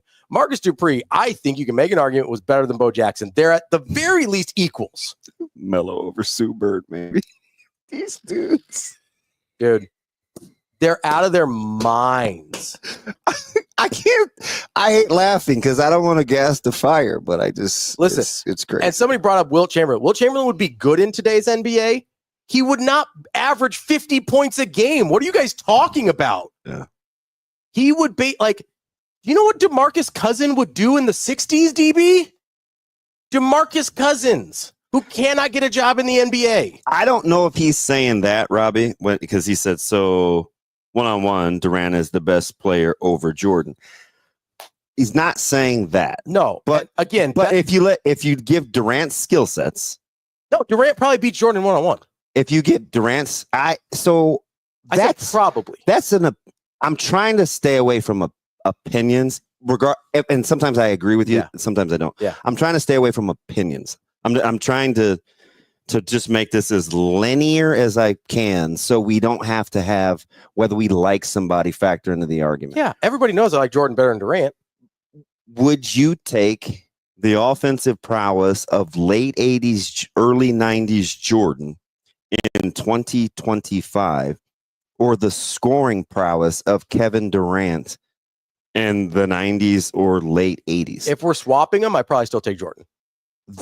It's close though. It's closer than I would think. Yeah, because of the 3-point shooting. Yeah, and the way he would put, like, Durant would have Brad Sellers guarding him. Yeah, listen to what I'm telling you. Yeah, that's not going to work for Brad. Do you remember Brad Sellers? I do remember. I remember Brad Sellers. I mean, Durant's that's why I say when I use the one-on-one. So that, like, those are the kinds of things, Robbie, that we're kind of talking about. Absolutely. That's the same thing as, like, okay, if you put Adrian Peterson in the 60s, he's bigger than the linemen that are blocking for him. Well, he's a better version of Jim Brown. That's what I mean. Like, he's bigger than the D lineman trying to tackle him, right? Yeah. So that's what we're talking about with some of these historical things. The reason I go to one-on-one with, and listen, would I rather have Larry Bird on a basketball team than Carmelo Anthony? 100%. Yes. 100%. But if we're talking about human evolution and skill development, which is what the real conversation was. Yes. We're talking, which is why I went to one-on-one, right? Because there are guys that are bigger, stronger, faster, that have the same or better skill set than the guys in the past. That's the point. Does Rico know, like, my deep, deep, deep down affinity for Melo? I don't know if he does or not. Oh, yeah, he does, because I tried to roast him, and you're like, oh, I like Melo. And I was like, all right. The 7-star ratings on the nonprofit, what he does in the community, like, no, I don't know, Rico. Like, you like him for other reasons. Amongst my friend groups, though, I used to always say, be more mellow. Like, I love his game. I'm telling you, I told you why, though. I thought you were a big Mellow Yellow guy. He's Bernard King. I love Bernard King. I thought you were just a big Lala fan. But again, my man hit me with, like, Jack's not being Tiger head to head. No, absolutely not. Absolutely not. It's not happening. But I hear you though, Josh. The LeBron thing gave me pause. So the other thing, the hard thing with basketball is what rules are we playing by? Are we playing by 80s rules? Or are we playing by today's rules? So that matters. So that matters. Like the head to head thing. Yeah, well, I mean, if you're like flipping guys in spots, right? Like if you put Kevin Durant in the 80s and they're allowed to beat the hell out of him, like that matters. And if you put Michael Jordan today and he gets Shea Gilgeous's whistle, but hang on though. Too. But you get KD 30 feet from the basket. Yeah. No, who's going out there? That's why I also like people bring this up. I mean, John Koncak? Big John Koncak guy. Listen to what I'm telling you. I'm just saying, listen, like Dan Marley was considered one of the best guard defenders in the early 90s. Like, who's guarding KD? Is it Cedric Maxwell's too small? Mm-hmm. Mikhail can't move. Yeah. And Parrish certainly isn't getting pulled away from the rim. So those are the kinds of things you have. Yeah, that's the trade-off for the whistle. That is the trade-off. Is that you have Robert Parrish, the chief, trying to guard KD. Yeah. Right? So that's not going to work. Right? So guys that especially have gotten bigger, stronger, faster, like LeBron, who's LeBron being guarded by? Like Charles Oakley? You think Charles Oakley staying in front of LeBron? Yeah, I actually think like he'd have a hard time playing. Who? Oakley. Oh yeah, Oakley. There's no place for Oakley. I'm just not a big I cannot like something and still recognize the evolution. Absolutely. Like you can not like the product of today's NBA. That's fine. You cannot get over the fact. I mean, what would anyone in a previous era do with Giannis? We haven't even brought up the biggest freak of them all. I think individual sports is significantly easier too, and we still fight it. It is. Like Bjorn Borg wouldn't win a major today. I gave you Sampras and Laver. Absolutely. But I mean, it's a wrap. But do you think Bjorn Borg think people? And why did you pick him? Because that's my guy. No, because he was considered one of the greatest of all time. Yeah, it's my guy too. Like, I think there's a lot of kind of anti-American unintentionally. I think a lot of people would take Bjorn Borg over a Pete Sampras in terms of historical greatness. I think it's a toss-up. Yeah. But you take Borg, that dude's not winning a major today. Like, I don't even think it's close. You cannot, like, there is no air left in the room there. And we're talking about, like, guys like Stan Wawrinka have won majors. We're talking about, like, Dominic Thiem has won majors. Yeah, those guys would eat Bjorn Borg. Sam, I don't know. I am not one of those people that undersells Wilt's athleticism, but we got to refrain from the hyperbole, because the not even close thing is. I can acknowledge that Wilt is one of the greatest athletes of all time, and also acknowledge that the rest of the league is so much closer to what he is athletically than anyone was then. Like, yeah, I told you he would still be really good. He would put up probably prime Shaq numbers. Yeah, he gets credit for the athleticism thing as a big guy, but I'm like, would I take Wilt's athleticism over Giannis? And I'm not even giving you like a Dion or a Bo or like what a legitimate. I mean, even Tim Duncan, an Olympic class swimmer and a Hall of Fame hooper. The not even close thing and the athleticism. I gotta be careful. You really do. I rock with you, Sam, because I like Wilt, but gotta be careful with the hyperbole. Like, I just look at the sport of Wilt's a great athlete. I think the gap is way smaller in today's game than people think. Like, I just look at the difference in wrestling style between a Soroki and John Smith. Okay. Smith, widely regarded as, I mean, that's a sheep, but goat status, right? And it's like, I look at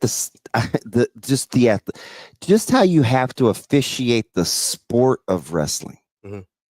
I mean, I'm watching a young man who's 18 years old, head snap, ankle pick. You talking about Cade? Yes. Yeah. And he hasn't wrestled a single match in college yet. So, like, it's the athleticism thing is a very, very, very tricky discussion. Yeah. Because in this, like, Wilt isn't gonna. I mean, you got guys that are like standing broad jumping 11 threes, 11 fours. They have 50-inch verticals. Like, we gotta be the athleticism thing is careful. You gotta be careful, or the ability to do multiple. And I know people are like, sports. "Oh, look at the high jump! Look at the high jump!" It's like, what do you think some of these guys would high jump if they trained for it? Like, you know what I mean? Like, that's the thing with Wilt. People are like, "Oh, he's a great high jumper in college," all this kind of stuff. Right? Like, what do you think some of these guys would do if they decided to become high jumpers? Yeah, and I'm not much like Bo. It's not a. I don't want to discount Wilt. He would still be to very elevate good. Somebody else. I'm just saying you gotta be super careful. He would still be very good in today's game. Yeah, but, I mean, because there's a lot of great athletes. I mean, Jim Thorpe is a great athlete. Yes, Jim Thorpe isn't Charles Woodson. No. So, I mean, like, what are we doing here? You gotta be careful. You do gotta be careful here. We can get to our. Media days. Let's do that next. Did AJ, did we not do a good job of spending as little time in Vegas as possible? We haven't been to Vegas yet, have we? Anything's possible. Thanks, KG. 7:30 flight tonight. 8:25 flight Wednesday morning. Attaboy. There you go. 8:25 local time. So you're going to join us over the phone on Wednesday morning. Am I doing that? Yeah. I was waiting to get. Yeah. I've been told what to do for the last 9 o'clock on Wednesday. You'll be joining us. Oh, okay. I guess I'm joining you on 9 o'clock. I love Haas too. I don't know about generational yet, but he does get the F word. Cade is freaky. I was just going to say the show is completely back on, not only because DB is here, but because if you recall at the end of the last break, DB said, "Hey, get your Big Ten polls ready," and we haven't got to. We haven't yet to get to. Was that 45 minutes ago? We're doing that coming up next. It was. Will anybody's be the same? Yes or no? Absolutely not. We're gonna do the Cleveland.com Big Ten media poll just came out.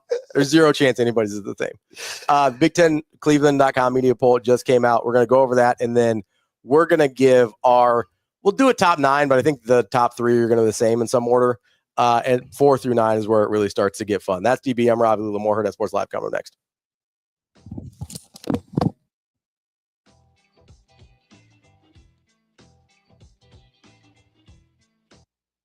Joined now by the former Husker Keisei Tominaga. Keisei, why'd you want to make the decision to come back and play in the NBA Summer League? You know, I always want to be in the Summer League team, so it was one of my dreams to be, be in the Summer League, so I'm very excited. What did it mean to get another opportunity here in the Summer League after your first season? Yeah, it means a lot to me, be able to play this at this level, competing against very high level, I would say. Yeah, it's very good experience for me. It's very fun. It's been very fun. Okay, I want to take you back to your Nebraska days. How much do you miss being a Husker, and what comes to mind about that journey? I miss being in Nebraska. Playing from a lot of fans. I definitely miss those times. But I think the Nebraska basketball is getting bigger. It's getting bigger too right now. So I'm very excited to next time I come back to the PBA. Yeah.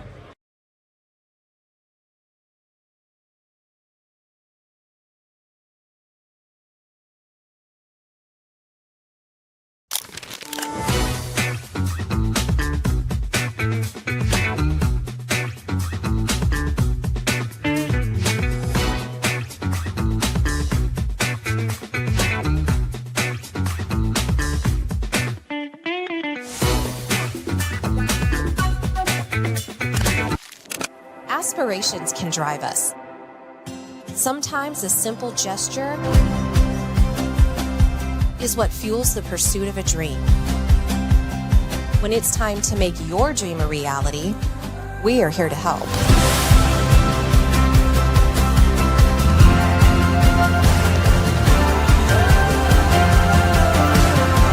Centris Federal Credit Union. We are where you are.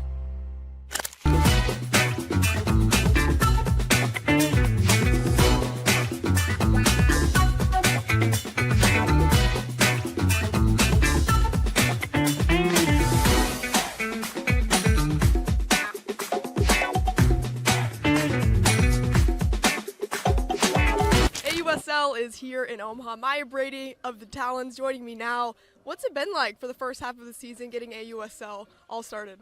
It's been a really cool opportunity. I unfortunately am not playing, but to watch something I think so legendary and so revolutionary from the sidelines, I feel like is a completely different perspective than what I would probably have if I was playing. But just to see all the fans show out every week, to see different cities. I am from California, went to school in California, so seeing different parts of the country and how their fans show up is just been awesome. And then to just see such a variety of players that I played against in college or grew up watching, it's an amazing opportunity. So I think we're creating something that's long lasting and hopefully brings a lot of fun and joy to the fans. So it's been an awesome first half.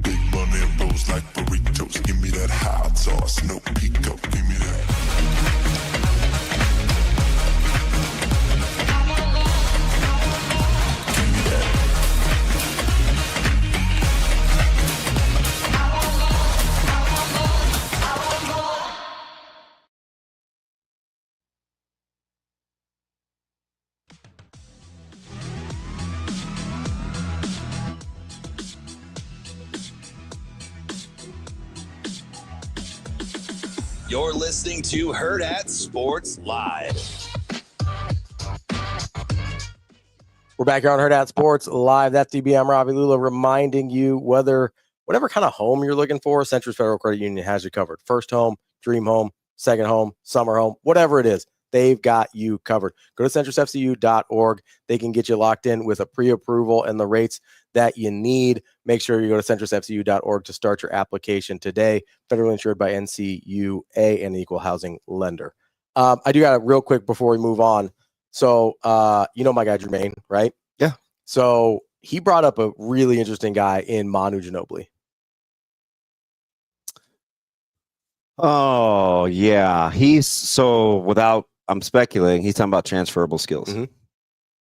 They transfer. Yeah, but okay, I think they transfer today, but like, what if you put him 30 years earlier? I don't know if they could. So he has to play then? You put him in the 60s or 70s. I don't know if they could officiate him. They certainly can't guard him. But yeah, Ginobili's going for 40. Yeah, like freaky skill set for the time. Yeah, he's super crafty.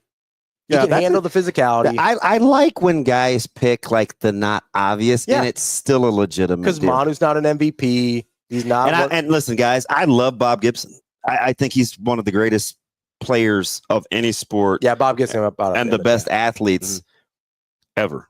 And I'm biased because he's very good to our family. I'm just simply saying Bob would not be a unicorn with his velo. No, he'd be almost what you have to be a starter now. Even in the SEC this year, what I tell you, 70% were 95 plus fastballs. Yeah. Who's my favorite pitcher of all time? Pedro. Absolutely. His stuff doesn't really hold up today. Now, I don't know about that. In a similar thread, we were talking about peak Pedro versus peak Kershaw. So I don't think Kershaw has crazy stuff. Yes, he did. Look, Ravi. It's because I don't like the look of the curveball. It's because I just don't like the 12-6. Yeah, I just hate how. I get it. That's on me. I just hate how the curveball looks. He's 95 plus. He could throw 3 pitches. He had the big breaker. So he's got the best ERA in the live ball era. Yeah, his more strike. He's kind of Jack Nicklaus. Sure, without the majors.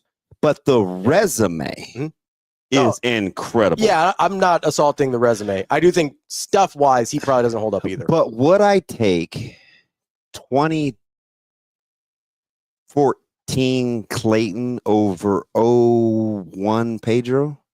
Was that 2000? 2000 probably. Okay, 2000. I don't know. 99, 2000, 2001.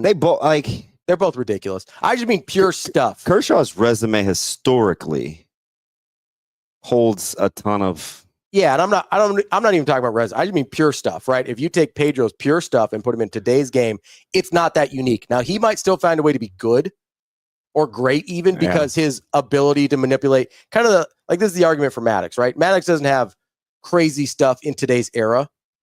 But you go, okay, his knowledge of pitching, his way to set up hitters and stuff like that. Like, I'll give some credence there. But if I'm just talking about stuff translating from Pedro to today, I wonder what happens if Skeens gets to pitch in the 60s. What are we doing here? I'm just hypothetical. No, I get it, but there's nobody. Listen, I don't know if people are kind of new or they're misconstruing what the argument is. But RGJ, this is about evolution. Physical evolution. And skill set evolution. Not were they blank during their time. Greatness, not resume, not any of that. So a fair question, RDJ, would be, because I get it, right? Gibson's numbers. It's not. So the fair question, I did this with Mello and Bird, right? Do you want Bird in 05 or Mello in 84? Mm-hmm. I'd ask you this, RDJ. Would you take Gibson in 2025 or Skeens in 60?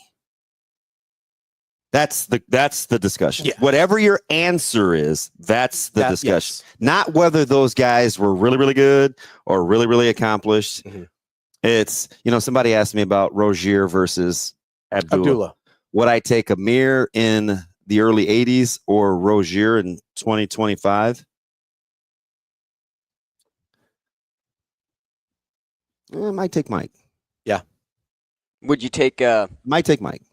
Would you take Nolan Ryan? Whoever asked me that. Go ahead, Shane. What was that? Would you take Nolan Ryan today? No. See, RDJ, that's not true.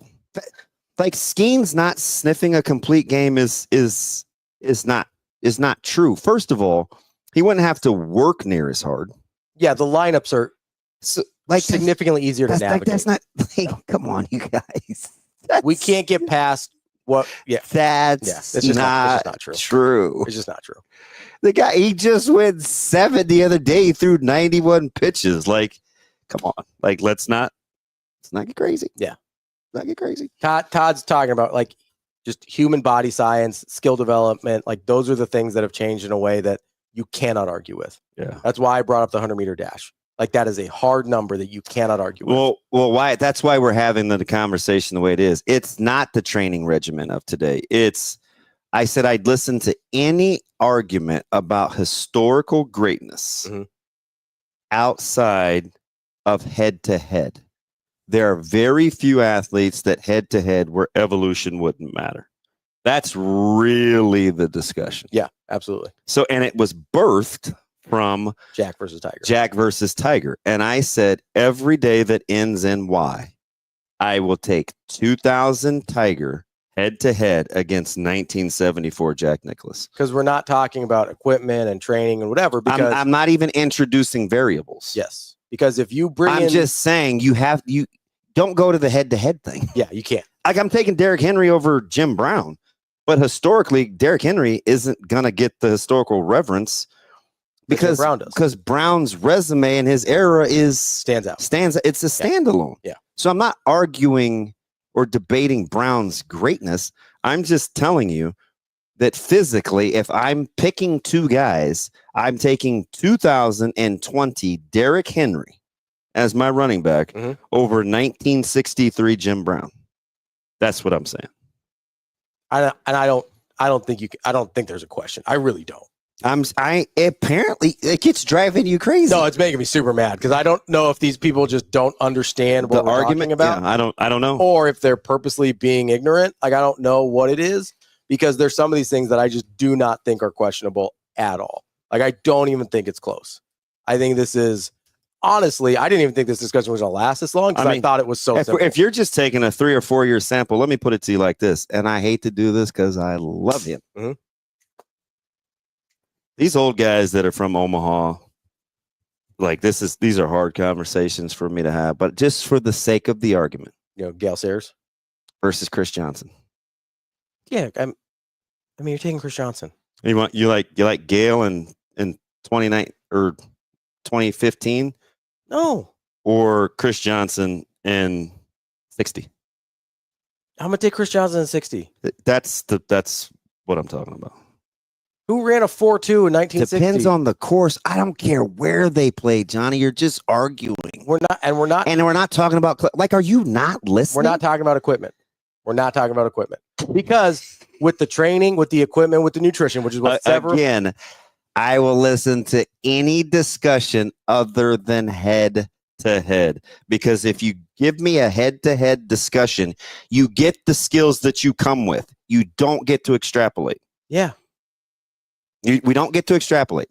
You get Tiger getting his bag in 2000 versus Jack getting his bag in 74, and you go play golf. And I don't care where you play. You pick whatever course you want. Doesn't matter. Yes, George. Even Oakmount. I think Barry Sanders could play in this era. Yeah, absolutely. I think so. Yeah, remember his running style for that stretch was a lot different than what other people were doing. Yeah, now, he has a unique style anyway. Super unique skill set. But I mean, also he's a better Saquon. Yeah, in what Saquon tries to do. Yeah, like I think for a while, Saquon was real feast or famine. Yeah, he's a little more consistent now with a better team around him. He absolutely could play. Yeah, I think, and I'm not this old guy that's like. I'm just talking like. I just don't think it's debatable. A 1994 DB is better. I would be better than A 1974 DB. Yeah. And then you're taking as many variables out of that equation as possible by using the same person. Like, that's just true. It's just, yeah, I don't even know, like, what are we doing? I don't know. It's I'm with RDJ. Listen, RDJ fan says I would take 1968 Gibson in the octagon versus 25 Skeens. He's not lying. And I told you I like RDJ. He's not lying though. Bob was mean spirited. He's tough. Yeah. He was extreme, and everybody know, his peers knew it. Oh yeah, people were afraid of him. People were afraid of Bob Gibson. He's a bad man. Like people that played professional baseball at the same time were afraid of Bob Gibson. The only guy I can think of intimidation wise is Randy Johnson. People were afraid of Randy Johnson, kind of for different reasons. Johnny, he's this dude is losing credibility by the second. He'd take Jack's decision making and touch. Dominic gets it. Well, timeout. Sorry, go ahead. Go ahead. Frick out. I literally, like, you can Google, Johnny. There's literally a documentary over one of the things that made Tiger Woods so great. And it was his ability to manage the course by not making mistakes. And his ability to manage pressure. What is it that gives you the inkling that Tiger was some risk-taking, non-calculated golfer? Like, who says that? Thomas is right. He's also one of the best clutch putters of all time. Who says that? Yeah, that's wild. Come on, Johnny. That's wild. Absolutely wild. Who gets it? I missed it. Dominic. He said 93 Clemens is a back the rotation starter today. Yeah. Absolutely. And that is my dude. There's no question about that.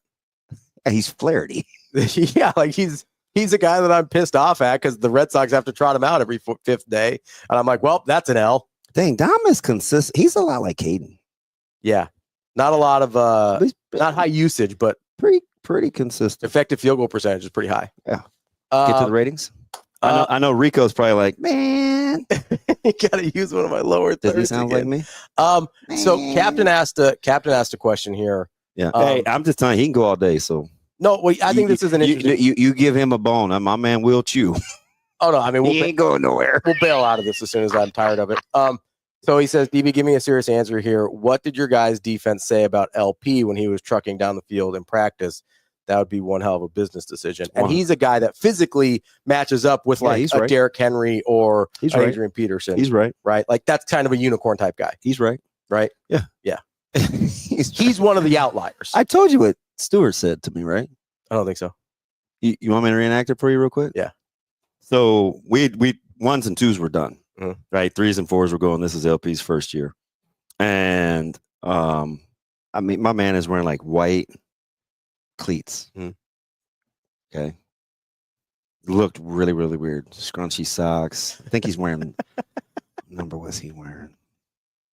32 maybe? Wasn't wearing a sexy number. And I'm thinking 32, not because of Stewart, but I'm just thinking what it looked freshman, like the jersey number was. Yeah. And his first two runs, he scores. I mean, house calls. Yeah. My man, Ed Stewart, he did just like this. Well, young fella, looks like you got your work cut out. I was like, damn. Damn it. That's exactly what he did. That's so much worse than like, you're never going to play again. Yeah. He said, well, and that's how Stu talked. He was like this savvy kind of sage. Well, I mean, the bright guy, right? He's working in sports admin. It was, stuff now. I was like, that's so much worse than be like, you're not going to ever play again. It's so much, well, got your work cut out for you, bud. Yeah, he didn't want to bury me. But I mean, you could just, it was just like, and I know what I thought. You don't know how dumb I was? I could do that. Look who he's going against. Okay. Dude, it's pretty good. Dude, that's the best. When you're just like, I could do that. Yeah. I could do that. Yeah. And I told you when the real magic happened. This dude started, we just watched him, and I was like, yeah, it's pretty good. It's not bad. And you have to come to grips with, and I said this example on air. I'm like, I didn't cheer for, I didn't, I didn't cheer for LP because, you know, I wasn't competitive. Mm-hmm. I cheered for him because I loved him. He was really good at what he did. Yeah. And at some point, you realize you're like, yeah, I'm not as good as that guy. Yeah. Yeah. But I'm like, now I want my moments. Mm-hmm.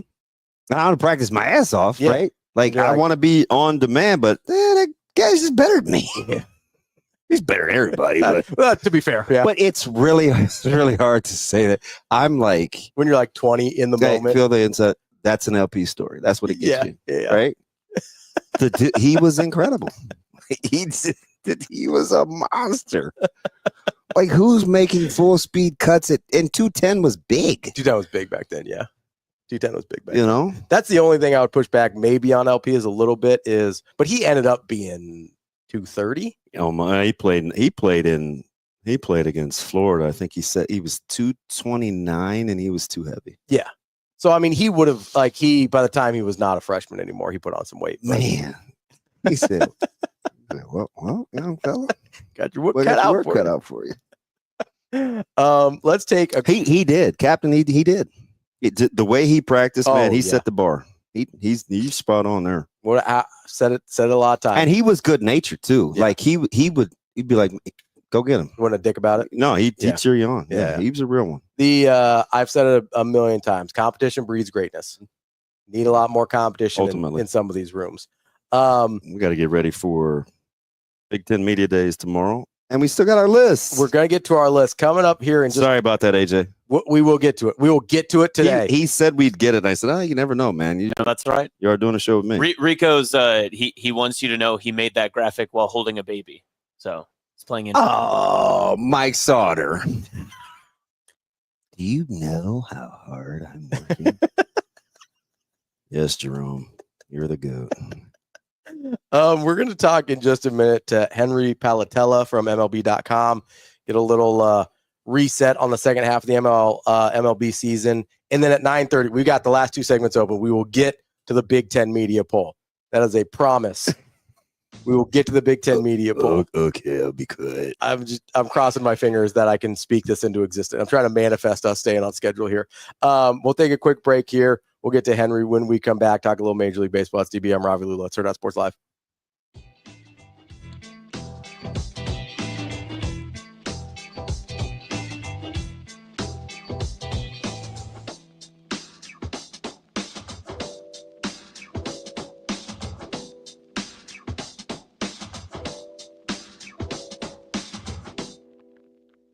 Yeah, that was difficult. And, you know, I think, and I've said it before, I think one of the things we learned from the Auburn loss is I think their depth really wore into us the second half.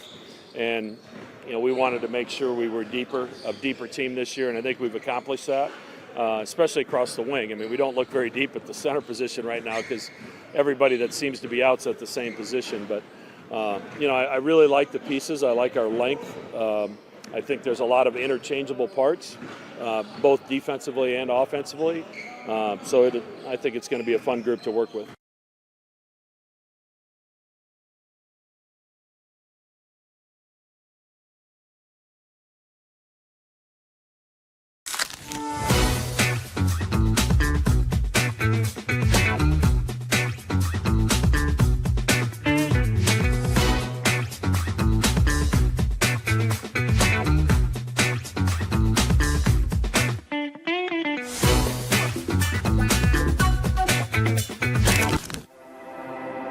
A successful financial future is built one coin at a time.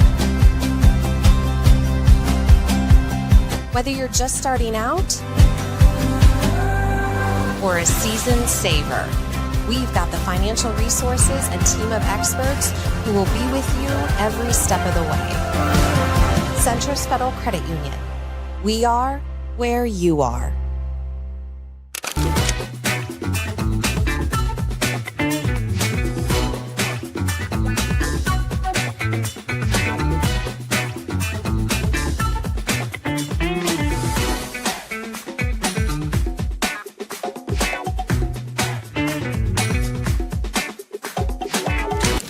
I was not in a good place mentally last year at the end because I like we were playing important games, but back on my mind was always like, this might be my last game, and I haven't really showed you guys what I can do yet, and like all this stuff was just like in my head constantly throughout the whole season, and having to earn my role coming in so late and everything, it was maybe the most mentally, challenging year I had in my career so far. So right now that I don't have that, I feel free, basically. I feel so light. I just go out here, work, and, just wait for the season and no uncertainties. I know what's ahead of me, and that's it,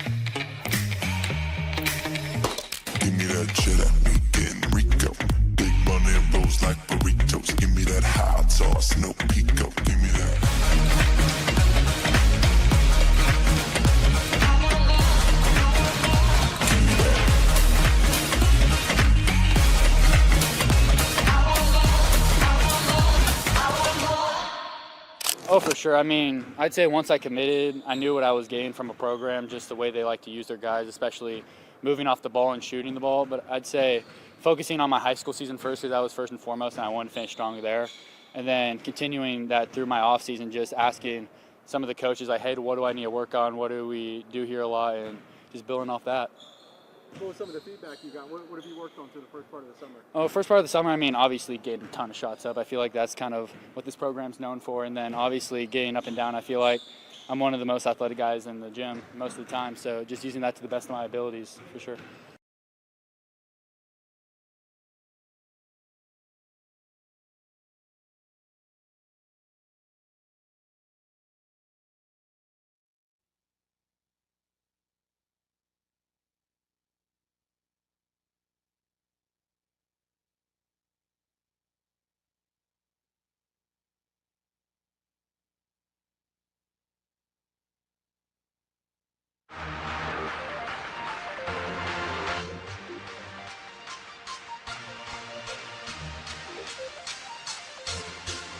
Welcome to Hurrdat Sports Live. Welcome back, Hurrdat Sports Live, presented by Centris Federal Credit Union. That's DB. I'm Ravi, Lulla, reminding you the PBC Championship is right around the corner, brought to you by Woodhouse Auto Family. Make sure you get to the Pinnacle Bank Championship.com today to experience it for yourself, whether you're there for the fun, the golf, the concessions, the concerts, anything in between. Make sure you get out to the Pinnacle Bank Championship.com today to get your tickets and join in on all the fun. Joining us now is Henry Palattella from MLB.com to talk a little baseball as we get into the second half of the season here. Henry, how are you this morning? I'm pretty good. How are you guys? We are hanging in there. Have you adjusted kind of your calendar now that we kind of use the halfway mark for the All-Star break, and it gets further away from the halfway mark than ever when we want to compare pace and numbers in terms of what guys are doing statistically? Yeah, it's always weird because today I was writing some stuff and talking about, doing well in the second half. But you look in the first half, like some players have, 93 games under their belt. So it's not an exact science, and it's odd to not have it be such a linear, break between the two of them. But I think it's more and when I think about it more, players get a week off or the All-Star game or whatever. So really, like, baseball is such a monotonous sport. They get a time to get away, and you really see the teams that use that to rally around, whether it's a team like the White Sox that get their first sweep even though they have a lost season, or a team like the Giants that are in the middle of the playoff race but lost all 3 games to the Blue Jays. Like, it really puts into perspective kind of how clubhouses work. I kind of look into how team mentality works, even though it really isn't an exact science of a first half, second half kind of thing. Henry, let me ask you something on the heels of the discussion we've been having this morning, and full disclosure, it has a lot to do with Scheffler and the comparisons to Tiger, and then the Tiger thing morphed into Jack, and we started talking about evolution. And so along the lines of baseball, I said, with just guys getting better, physical, stronger, faster, whatever, there's only a few guys I think that hold up. Bonds was one of them. I said I would take 01 Bonds over 2025 Ohtani. And somebody said, well, 93 Clemens would be a back end of the rotation guy in 2025. And not to get any hot takes, but when you look at baseball from a numbers and data standpoint, it's legendary in its team sports staunch stance on numbers. How do you compare and contrast eras when you want to start talking about guys' current prowess? Yeah, I mean, it's such an interesting argument, like you said, just because of the different eras. I think it really just comes down to the impact you have on winning in the era you have. Like, obviously, if you take Aaron Judge and put him back in, in older time, like Babe Ruth time, he's going to do just as well, if not better, just because of the way the game has changed since then. But I think anyone can go back and look at prime Barry Bonds and be like, yeah, that guy could hit. He could hit 1920. He could hit in 2020. He could hit 2120 when they play on the moon or whatever. Like, the way you think about stats is different, especially when it comes to pitching, just because of how much pitching has changed, especially recently. But the players can only change the fact they played within the time they played and the context of that. And if you win in that context, it doesn't matter of, well, you did it against Tungsten Armo Doyle or whatever. Well, it's not like they had a chance to pitch against or hit against Garrett Cole like they did it against the people they had an opportunity to. And I think that's what makes baseball so great and what can sometimes be its downfall in conversations is that alliance to history more so than some other sports. Like football looks so different now than it did 10 years ago, even 20 years ago, whereas baseball is kind of the same game. It's just tweaking it so differently and making these marginal changes that impact the game and impact winning. And that's, in my mind, one of the best things about it. So, Henry, going back just last week here where, you mentioned the kind of devotion to history a little bit that baseball has. They did take a pretty stark departure from that in a couple ways during the All-Star game, both in the challenging of balls and strikes, which I understand has been a thing in the minor leagues for a while now, but also in the way that they broke the tie with the little swing off in the extra innings. How do you think that played both for you personally and with a baseball crowd that tends to be a little difficult to move on to new things? Yeah, I think the ABS system, automatic ball strike system, is a lot more like that will be something people will enjoy more. I noticed every instance it was used, both the ABS and then the swing off, everyone was smiling, everyone was having fun, but that's because it was an exhibition. It was, part of a celebration of the game, all that stuff. But I bet you every player in the American League wouldn't be smiling if they lost a regular season game, a postseason game, World Series game, even on a swing off. I think it's awesome. I think it was a ton of fun. It added a new element to the game we've never seen before. I'm a big soccer guy. I love a penalty, kick shootout, and that was kind of the same kind of thing. But that to me is a little more like sideshowy and should stay in like exhibition kind of things. Whereas I feel like the ABS system is like it's here to stay whether they like it or not. And there were some pretty big calls. I forget exactly what inning it was, but there was a late inning call that was impacted by an ABS call, challenge, what have you.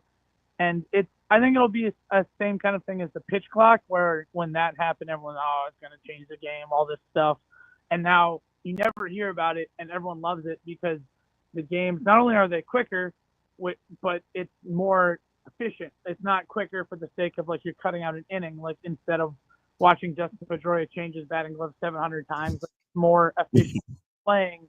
And I think that as more and more players in the minor league get promoted, because they've had it for so long, it'll become even more ingrained in the game. I know a lot of pitchers and hitters that dealt with the pitch clock in the minors when they got called up and dealt with it in the majors. It really wasn't a thing because their entire 3-year journey or however long through the minor league system, they dealt with it.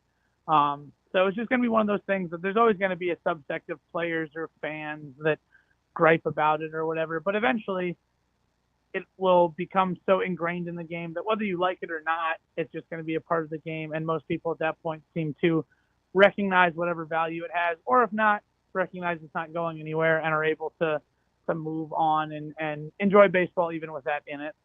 Henry, let me ask you something about and maybe it's relative to where they are in the division, but tougher decision to make at what to do at the deadline. The St. Louis Cardinals or the San Francisco Giants? Yeah, that is, especially the context of those two teams. Like the Cardinals, they always win. They never, last year was really the first time in as long as I can remember that they punted on a season. This year was supposed to be a reset, but they didn't trade Helsley in the offseason. You know, he seemed like a lock to be dealt, and they played so well at the start of the season, but have kind of tapered off. But I still think it would be tougher to be the Giants because the Cardinals, if they end up selling or not making any moves or deciding to focus on youth, what have you, any of those buzzwords, it makes sense because they've prepared their fan base for it. They've said, hey, if we do great this year, awesome, it's a bonus. But also, as you can kind of tell the way they've played the past month, there are holes on this roster that would prevent them from being a true contender. And I don't know if going all in on a flawed roster is the best thing to do, especially in a division that has the two teams that are tied for the best record in baseball and the Reds, who are starting to play well because Terry Francona is a great manager as soon as it's not April and May. Whereas the Giants, they make the huge swing for Devers, legitimately the biggest trade mid-season before a deadline, I think, ever. They signed Verlander. They signed Adames to this whole huge contract.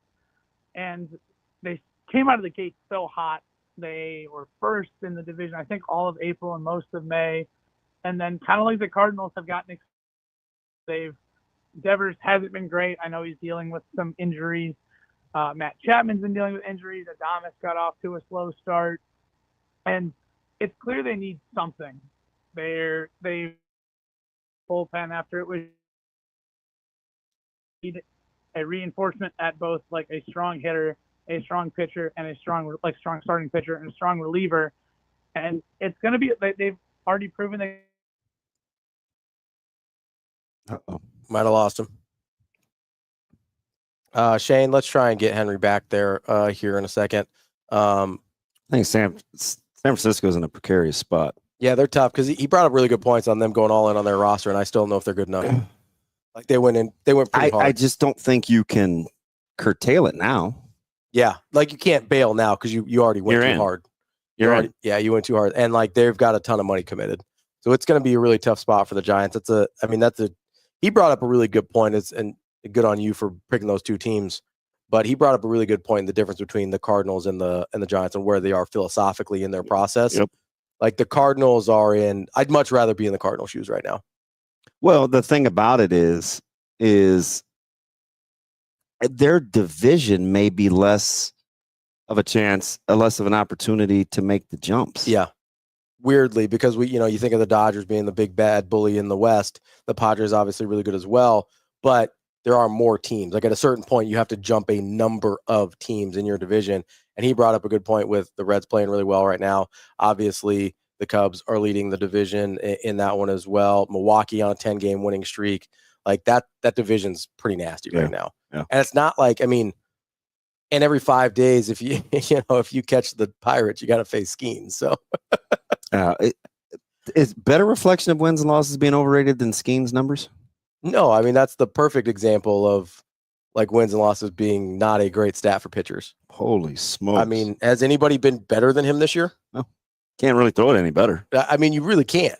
And that guy never gets any win. What's he got? 4? Yeah. 4 wins on the season? Nobody's pitching better than him. Is he 4-9? I think so. That can't be right. I think I need to go back. I think he might be 4-9. That's wild for how dominant that dude has been. Yeah, so Skeens, and it's not. Like he's been the best pitcher in the league, and it's not particularly close. I don't think. Right? Like I'm not. Is anybody fighting me on that? I don't think so. Do we have him back here, Shane? Yes. He's 4-8. let's get back to Henry Palattella here from MLB.com. Sorry, Henry, we lost you on the phone there. I think we were in the middle of talking about the Giants position versus the Cardinals in terms of where they're at and how much they've already gone all in on this particular season. Yeah, I'm not quite sure where on my soapbox it was to have lost. But yeah, the Giants, I would imagine in a perfect world, they probably thought we'll sign one of the best 10 hitters in baseball and be set and figure everything out. But now they honestly probably have more questions than answers compared to when they made the Devers signing, So it's a tougher spot because the fan base has already been invested and the team's already proven they can win. And, even though, like I said, the Brewers and Cubs are tied for the best record in baseball, the Giants are still in the division with the Dodgers and Padres, so it's not like it's going to be any easier for them. When you're taking a look at, we were just talking about numbers and historical relevance and how you sort it. And we've said for, I don't know, probably last 15 years, maybe since Greinke's Cy Young, that, listen, wins and losses are a little overrated. But do you have a comp for schemes and what you think is actually, I don't even want to go as far back as Nolan Ryan in terms of wins and losses, in terms of quality starts, but yeah, like Felix Hernandez in there. Skeen's historical relevance this early in his career for what he's doing means what? I mean, I think that if he continues the way that he is going, like, he can be easily a first ballot Hall of Famer. Like you mentioned, the wins. I would be hard pressed to find a stat in sports that has fallen off a cliff more than the pitcher win in terms of value. The fact that he's maybe plus minus in hockey. I don't know, but you're probably right. The fact that he's 4-8 doesn't matter because he leads all of baseball with a 2.01 ERA. He now at this point in his career, he has 254 innings, so a little more than a season that say when 200 innings was the benchmark that every starting pitcher wanted to clear. So he's a little more than that, and he's a career ERA under 2. It is incredible what he's able to do every time he goes out there. He keeps the Pirates one of the worst teams, if not the worst team in baseball, in every game he pitches in, and he has really only been in MLB for a little more than a year. He's already 2 All-Star games. He started the All-Star game as a rookie. He never seems phased. He never seems to not be able to meet the moment. I think that's probably his Air Force background preparing him for that. But he just, like, every time he takes the mound, he seems to always you don't know if you're gonna he seems like he's a guy who can go 7 innings and get 12 strikeouts at restart.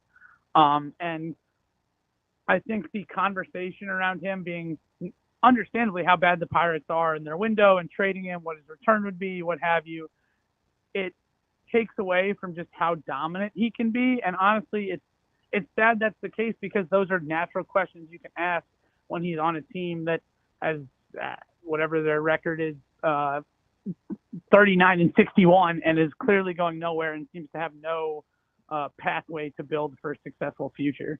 Let me get to the top of the AL East and the Blue Jays. The last handful of years, it's been they got a chance, and it always centered around a couple of things. And a lot of it was Bo Bichette, right? Mm-hmm. How was he going to be, and who was he? And now you're getting Bichette kind of blossoming. He's leading them in RBIs. You're having a resurgence from Springer. Fool's gold, smoke and mirrors still with the staff, or do you like the way that this team is constructed, even as right-hand heavy as they are? I think that I like the way they're constructed, but it's clear they need 1 or 2 more pieces. Like, you're not going to have Tyler Heineman hit the big 3-run home run for them yesterday. And he's a guy, he's not playing a bunch, but he's hitting 341 when he came into the year. I think he had 1 career home run. George Springer's comeback has been incredible to watch. Kind of the same with Bichette. They really seem to unlock something in the lineup of having him hit first. But as someone who lives in Cleveland, covers the Guardians, follows the Guardians, it's going to be tough to win with Andres Gimenez as your starting second base because his bat he's insane defensively, but his bat is such a liability that relying on him is going to be tough. Ernie Clement, he's an awesome guy, great baseball player, has really been able to make something out of a career that didn't seem like it was going to be much. But again, I don't know how comfortable you would feel relying on him for that big at bat in October, September, coming down the stretch run. It's hard to believe that they signed Anthony Santander after his All-Star year, and he's given them legitimately nothing and has been he got hurt his shoulder and has been in the wilderness kind of ever since. They probably need one more bat. They have a good veteran starting rotation. Eric Lauer has come in and been a revelation for them in the back. It will be interesting to see what they do at closer since Jeff Hoffman hasn't been as good, but it's great. So they have a lot of different ways they can go. It's clear that they're going to be a lot better than people thought they were. They seem like a lock to make the postseason so long as they don't implode. But there is some smoke and mirrors there, like you said, but there's also some things where you could make an argument that what's happening is sustainable, and it'll be interesting to see kind of what the front office thinks based off the moves and transactions they make both ahead of and at the trade deadline. Speaking of sustainability, let's stay in the AL East here for a second. Obviously, the Red Sox had that 10-game winning streak going into the All-Star break, then lost 2 out of 3 to the Cubs right after. Is that, when you look at that 10-game winning streak, obviously that's sort of an outlier, but do you think they actually found something during that stretch where they've played quite a bit better? Is that a little bit of smoke and mirrors because the Rockies were in there? Like, what do you think about the Red Sox in the second half with kind of going all in on the youth movement? Yeah, I think it's the right thing to do. I think it is, they were a bit of a Rockies merchant across that winning streak, but they also, again, you can only play the people in front of you, and it's awesome to see Cedar Rafaela bloom into a guy who is one of the top producers among offensive players in terms of WAR. They did a lot of it without Alex Bregman. Trevor Story's back to finally being healthy. Him getting hurt last year was a huge thing for them that kind of their season never really got off the ground because of it. Carlos Narvaez has been good after they got him off the scrap heap. But they're in a position where even as they've won and got on this winning streak, you're still hearing rumors about them. Where's Jarren Duran going to go? They already dealt Severs. Who can be – it seems like they could be a team that moves between buyer and seller, which is a bit interesting because you think of stocks, you normally tend to think of them as this huge buyer, but the new ownership or the new front office regime hasn't really done that. They already traded one of the top hitters in baseball, and obviously the situation, there's more context than just the fact he was a good hitter, but they've done a lot to put themselves in the postseason picture, and I think they have just as much of an argument to go in as they do of standing pat or pulling back a little bit. But I think after that winning streak and after the way it seems like the city and team is rallied around them after trading Devers, I think it would be the wrong move to sell and kind of lose that goodwill and build on it. And you have a window. You have a chance. That doesn't happen every season. Last season proved that to them. And it comes down to striking when the iron's hot. Let me ask you about the Cubs. I get it. It's probably not smoke and mirrors, but man, they don't ever go more than a game without really hitting the baseball, maybe 2. So I think that's going to hold up, even though they don't really suffer from slumps. But offensively versus needing probably another starter, even a reliever, how do you think the Cubs are built for the long haul? This seems like the classic team that, they're tied for first in the NL Central. They have tied for the best record in baseball. But if they don't win that division, I would be scared about how things could go in a wild card series because anything can happen. We seem to see it every year. Last year with the Brewers and the Mets, the Diamondbacks the year before in the NL. They, like you said, they have an insane offense. Pete Crow Armstrong, I thought that he was one of the most overhyped prospects. I didn't really see remember when they was added in the trade, it was like the eye roll. Yeah, and I tend to be a little hesitant of any big prospect from a New York team because their value is always a little more inflated because of a big market. But he has proved, he is as every bit of stud as everyone could say. Kyle Tucker's looked great since he got there. Seiya Suzuki has been incredible. But it's just one of those things where I don't really have as much empirical evidence as much as a feeling, but all it takes is 1 3-day slump for your season to end if you don't win your division. Man, Brewers in it. They're on their huge winning streak, and they've been there before. Under Pat Murphy, they made it to the postseason. They're in it every year. Whereas last year, the Cubs weren't as great under Craig Counsell. It's a lot of guys overachieving this year. You know, Carson Kelly has been a guy that has been, he was a Cardinals Diamondbacks. Now he's all of a sudden like looking like a great hitting catcher. Michael Busch has been good in the leadoff spot, but all it takes is one slump, and there isn't a huge hole on the roster where you say, oh, it's easy for them to add this at the trade deadline, but it would make sense to add at least a couple reinforcements just because you never know what can happen, and all it takes is one slump. Do we understand what goes on or what has been going on with the Houston Astros and their pitching and their consistency? It's like, I mean, outside about this and Brown, it's like, okay, I'm trying to get to this staff and see what's going on. And then you watch them offensively, like they just don't go away. They've survived the moves. They've moved on past Hinch. Like, what is it about this organization? It just seems to be a top-down mentality. Like you said, they moved on from they've moved on from different general managers, different managers. This year's roster looks, especially in the offensive side, a lot different from. Yeah.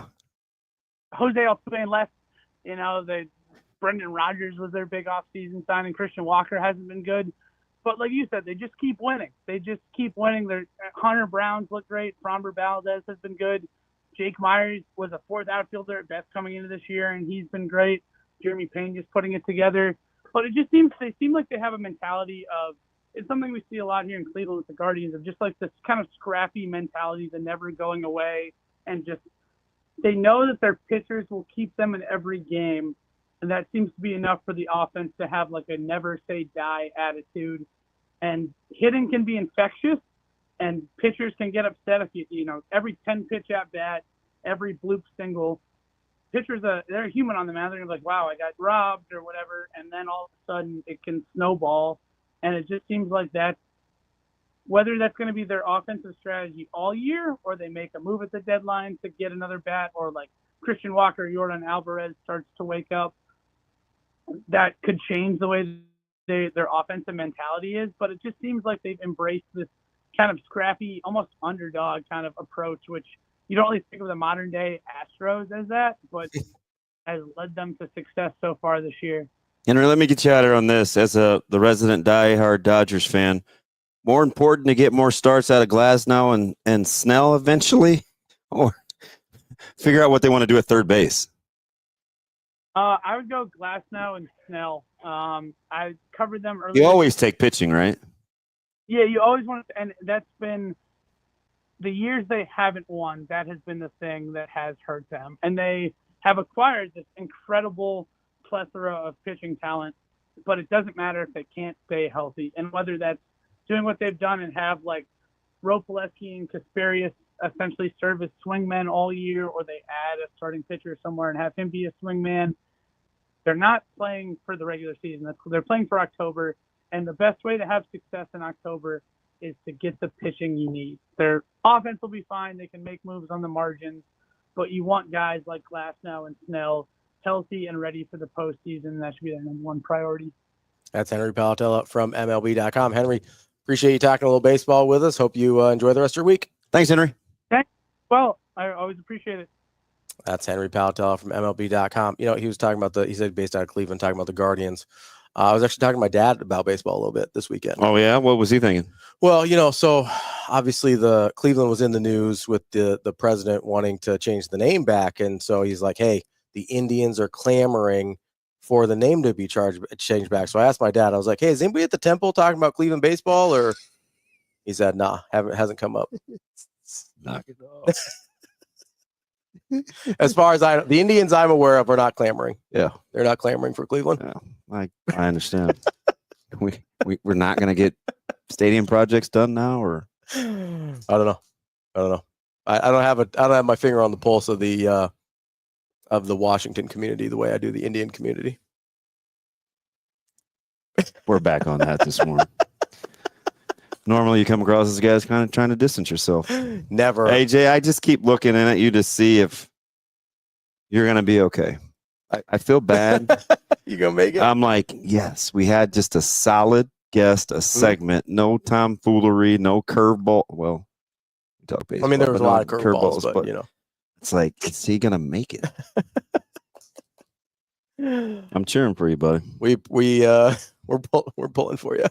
Let's take a quick break here, and then we're gonna get. Speaking of Cleveland, Cleveland.com. Right. We're gonna get to the Big Ten media poll, see where Nebraska is picked, and we're gonna see where we think everybody's gonna finish. That's DB. I'm Ravi. Lulla, Hurrdat Sports Live.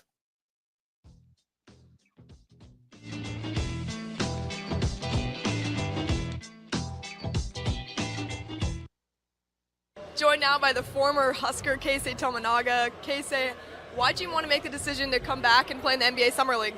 You know, I always want to be in the summer league team, so it was one of my dreams to be, be in the summer league. So I'm very excited. What did it mean to get another opportunity here in the Summer League after your first season? Yeah, it means a lot to me. Be able to play this at this level. Competing against very high level. I would say. Yeah, it's very good experience for me. It's very fun. It's been very fun. Okay, I want to take you back to your Nebraska days. How much do you miss being a Husker, and what comes to mind about that journey? I miss being in Nebraska. Playing from a lot of fans.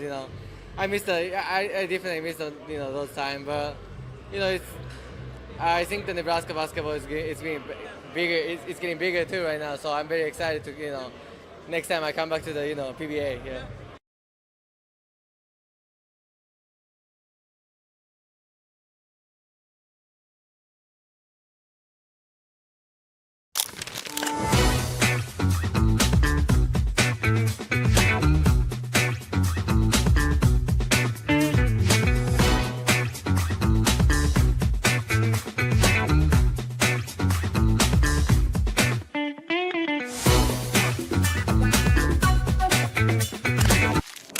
Aspirations can drive us.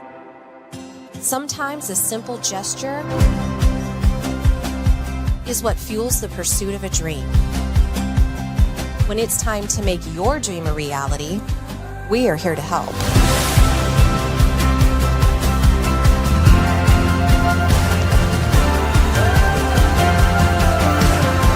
Centris Federal Credit Union. We are where you are.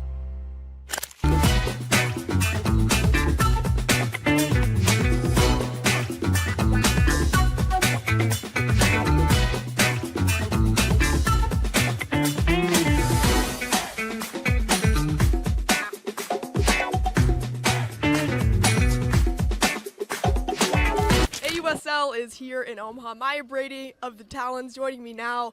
What's it been like for the first half of the season getting AUSL all started? It's been a really cool opportunity. I unfortunately am not playing, but to watch something I think so legendary and so revolutionary from the sidelines, I feel like is a completely different perspective than what I would probably have if I was playing. But just to see all the fans show out every week, to see different cities. I am from California, went to school in California, so seeing different parts of the country and how their fans show up is just been awesome. And then to just see such a variety of players that I played against in college or grew up watching, it's an amazing opportunity. So I think we're creating something that's long lasting and hopefully brings a lot of fun and joy to the fans. So it's been an awesome first half.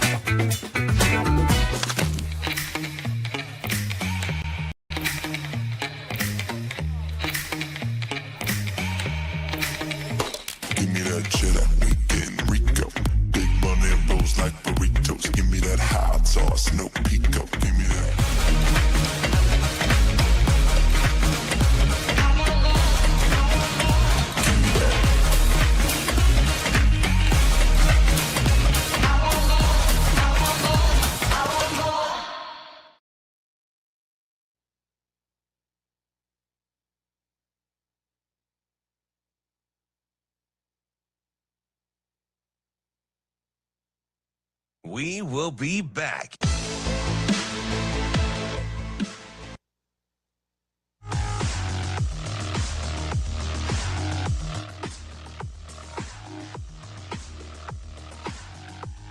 You're listening to Hurrdat Sports Live. Welcome back, Hurrdat Sports Live, presented by Centris Federal Credit Union. That's DB. I'm Ravi. Lulla, reminding you, if you've got issues with your automobile, been in an accident or anything like that, Dingman's has you covered. Locally and family-owned and operated. Their roots run deep in Omaha. They live here, raise their families here, and take pride in serving the community that they're a part of every day. They've got 4 convenient locations across the Omaha metro area to help you get your vehicle repaired as easily as possible. And, of course, they've been voted first place Best of Omaha for 20 straight years for auto body repair. It's dingmans.com to learn more. Make sure you check them out. All right, DB, we're going to stay on schedule here. We got it. All right, we got it. Cleveland.com came out with their Big Ten media poll, as they do every year. And where do you think Nebraska landed? Did you look? I haven't seen it. Okay. Where do you think Nebraska landed? Well, do you remember the whole point of the exercise, right? Yeah, you wanted us to compare to each other and to them. I don't want to know what they Okay, so you don't want to see the Cleveland.com poll first. Yeah, don't put it up yet. Okay. So but I think Cleveland, why is he laughing? Because he was in the process of putting it up. I literally just put it up as DB goes, don't put it up. So I think the Cleveland.com poll put Nebraska 7th. Okay, we'll reveal that. You want to know now? Or you want to Are we doing them all at once or one at a time? Well, let's do, everybody in some order, I'm assuming, has Penn State, Ohio State, Oregon, top 3. Yeah, I would go. I'm Penn State, Oregon. I'm Penn State, Ohio State, Oregon. That's how I am as well. Okay. Austin, is that how you would put the top 3? Yes. Okay. That exact order. Austin, who's your number 4? That's what Cleveland.com has as well, by the way. All right. Penn We'll do State, them last. Ohio State, Oregon. We'll do them last. Okay. Yep. Austin, who's your number 4? Illinois. Robbie? Nebraska. That's right. You know this about me. So we have 2 number 4s. Who's your number 4? Illinois. Okay. Who is your number 5, Austin? Can I put ties? I can put ties. There will be ties. There will be ties. So I think there will be. Is that the sequel? Yes. Yes. This is Daniel Day Lulla. I'm an oil man. I have, because of tie and where it is, I put Washington. Oh. Okay. Yeah. I like Washington. I didn't see 5th coming. I've got Illinois at 5. I put Indiana. Ooh, okay. I do think 5 through 9 especially are very, very close. All right. We're probably talking that's about like weird. No Michigan's yet in the top 5. Who's 6? I have Nebraska. Nebraska, Washington to me were right there. I've got Michigan 6. I have Michigan 6th as well. Okay. This would be interesting. Who's 7, AJ? Iowa. Ooh. Iowa ahead of SC. I've got SC. I have Nebraska. Okay. All right. You guys are haters. That's fine. So between the 3 of us, we have to have some sort of SC, Iowa. Well, you have Washington out of the way. So Washington is the wild card there because I'm just going to. I don't have Washington in my top 9. I don't either. And I love Washington. Yeah. Mm-hmm. So I'll be curious to see who gets bumped for you. Well, it's notable you 2 already have them on there. Who's 8? Michigan. Iowa. I went with SC. Yeah. Wow. Okay. So who's 9? USC. Indiana. I have Iowa. So who did you live out? He left out Indiana. I don't have Indiana. Oh, I have them okay. 10. Yeah, I've got them 9. So I mean, we're not crazy off there. And I have them at 5. So I think 5. Hang on the Cleveland.com list. Okay. 5 through 9 is incredibly close. So Yes. none of ours are the same. Correct. Yeah. Which is about what I thought. I think we only had one team even, or Michigan at 6, and then you guys had Illinois at 5. And I think those are the only overlap. 5 for Illinois. Or Illinois at 4. I had them at 4. I had them 4 too. Oh yeah. So Illinois at 4, and then we had Michigan at 6, and that was it. That was the only overlap that we had on this. All right, let's see what Cleveland.com did. Put that up there for me. Oh, look at that with the helmets. Good job, Rico. Wow, that is sweet. Thankfully, all the helmets are the right way this time. I heard that. That was hilarious. Huh. Penn State, Ohio.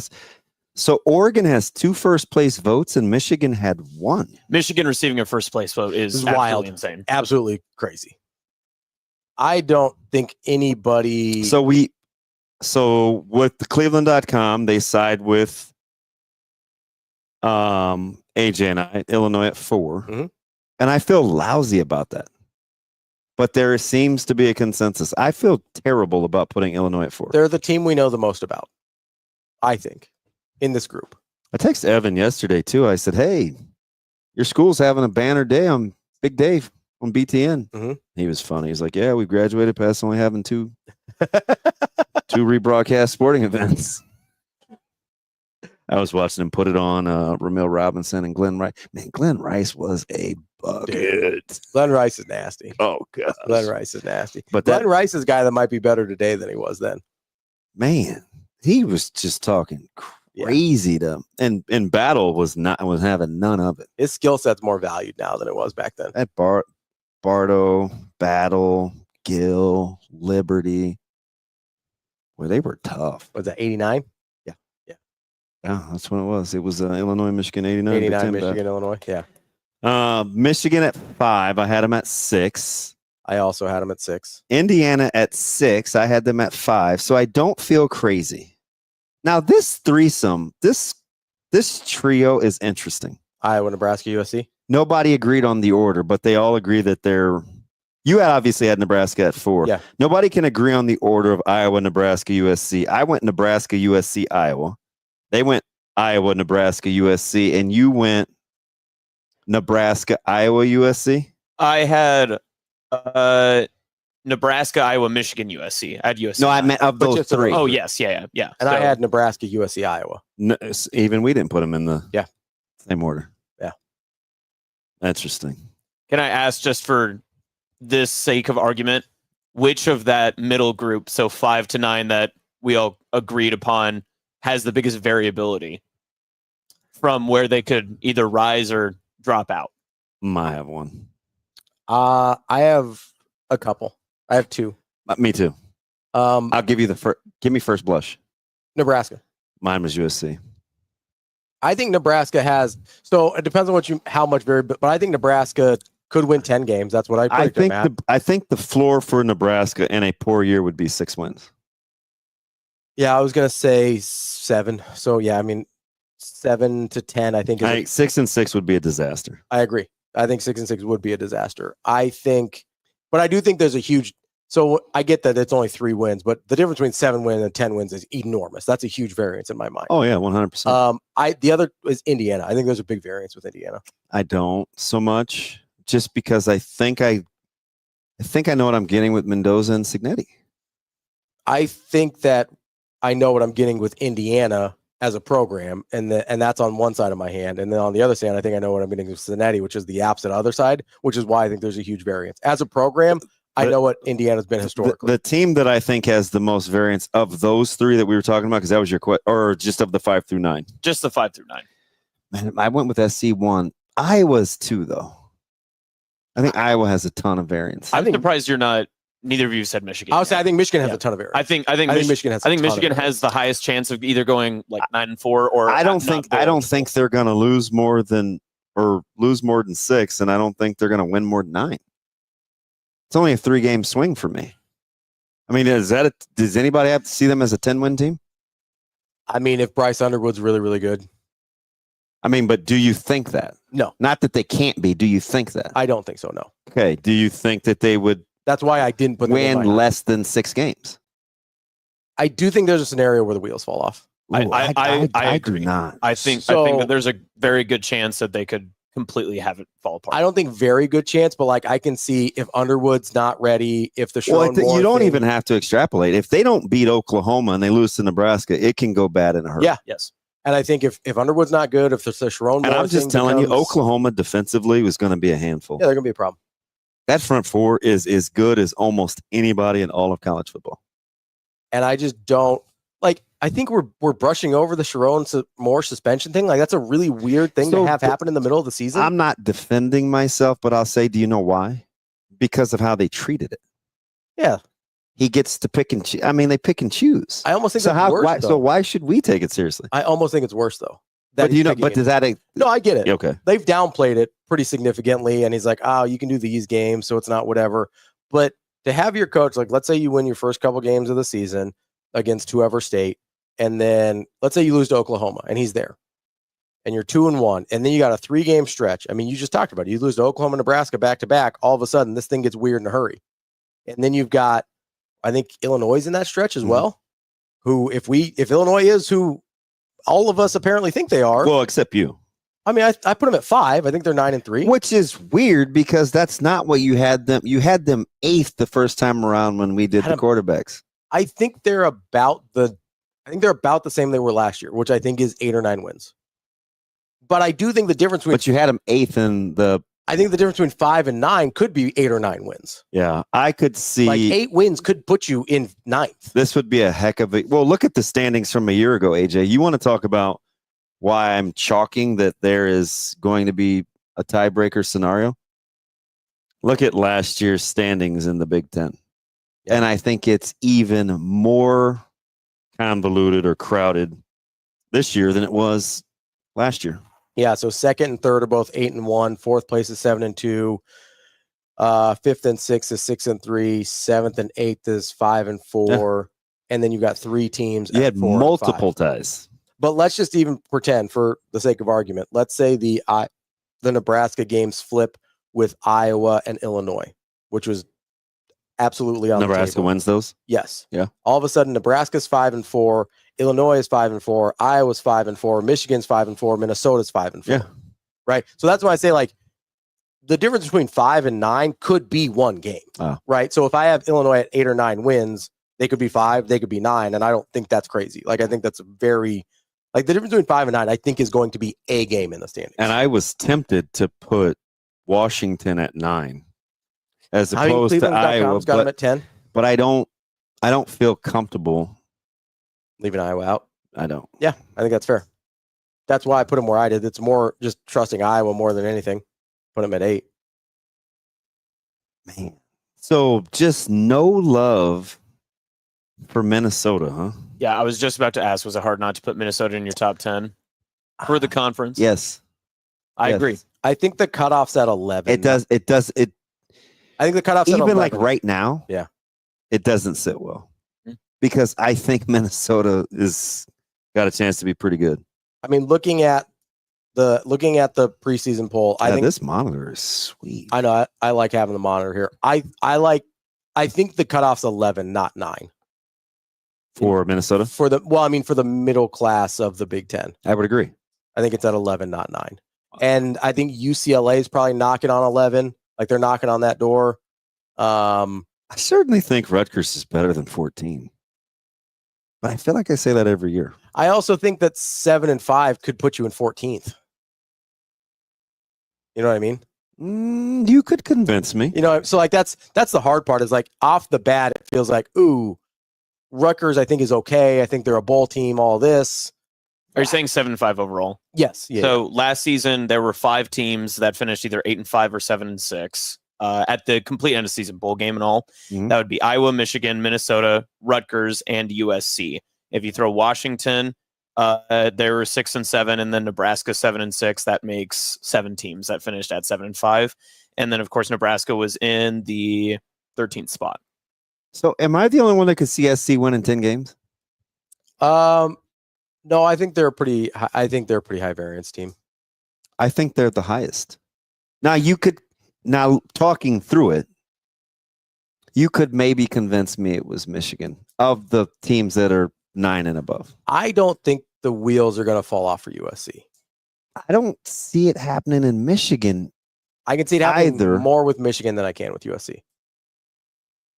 But maybe I'm putting too much on the Sharon Moore thing. I think that's a super weird situation. We don't actually know if he's a good head coach or not. We don't yet. Right? Like, we don't have any idea. Do you like Michigan or USC head to head? Today? Yes. SC. They'll play October 11th. The so we can figure only that out. the only Where is pause, that game again? That is in LA. The only pause that I have, just like if I'm going neutral field, those two teams today, is stylistically. I've seen Michigan beat teams they're worse than because they're able to impose their style of game. If I'm taking, I think USC is more talented. I think they're more likely to reach their ceiling than Michigan is this year, USC, but I don't know about a head-to-head matchup because of the stylistic issues. I don't know if USC is physical enough this year compared to last year to deal with a Michigan, but I think USC has a really good. So you're giving Michigan the benefit of the doubt that they'll just be who they have been up front. Yes. Well, they lost a ton defensively. They did, but they were deep, and that's kind of the culture of their program, is to smack you in the face. What do you? I bet these aren't the same. What do you think's getting the most benefit of the doubt due to their reputation in this poll? Oh, I think it's obvious. I think there's one very obvious. Don't say it yet. Do you? I think there's one that I definitely feel. All right, you ready? We're going to count it down. I feel like mine's a hot take, though. We're going to count it down. Right? On the count of, I'll go backwards from 3. Ready? Yeah. 3, 2, 1. Ohio, Oregon. Indiana. Oh, whoa. We did 3 different teams.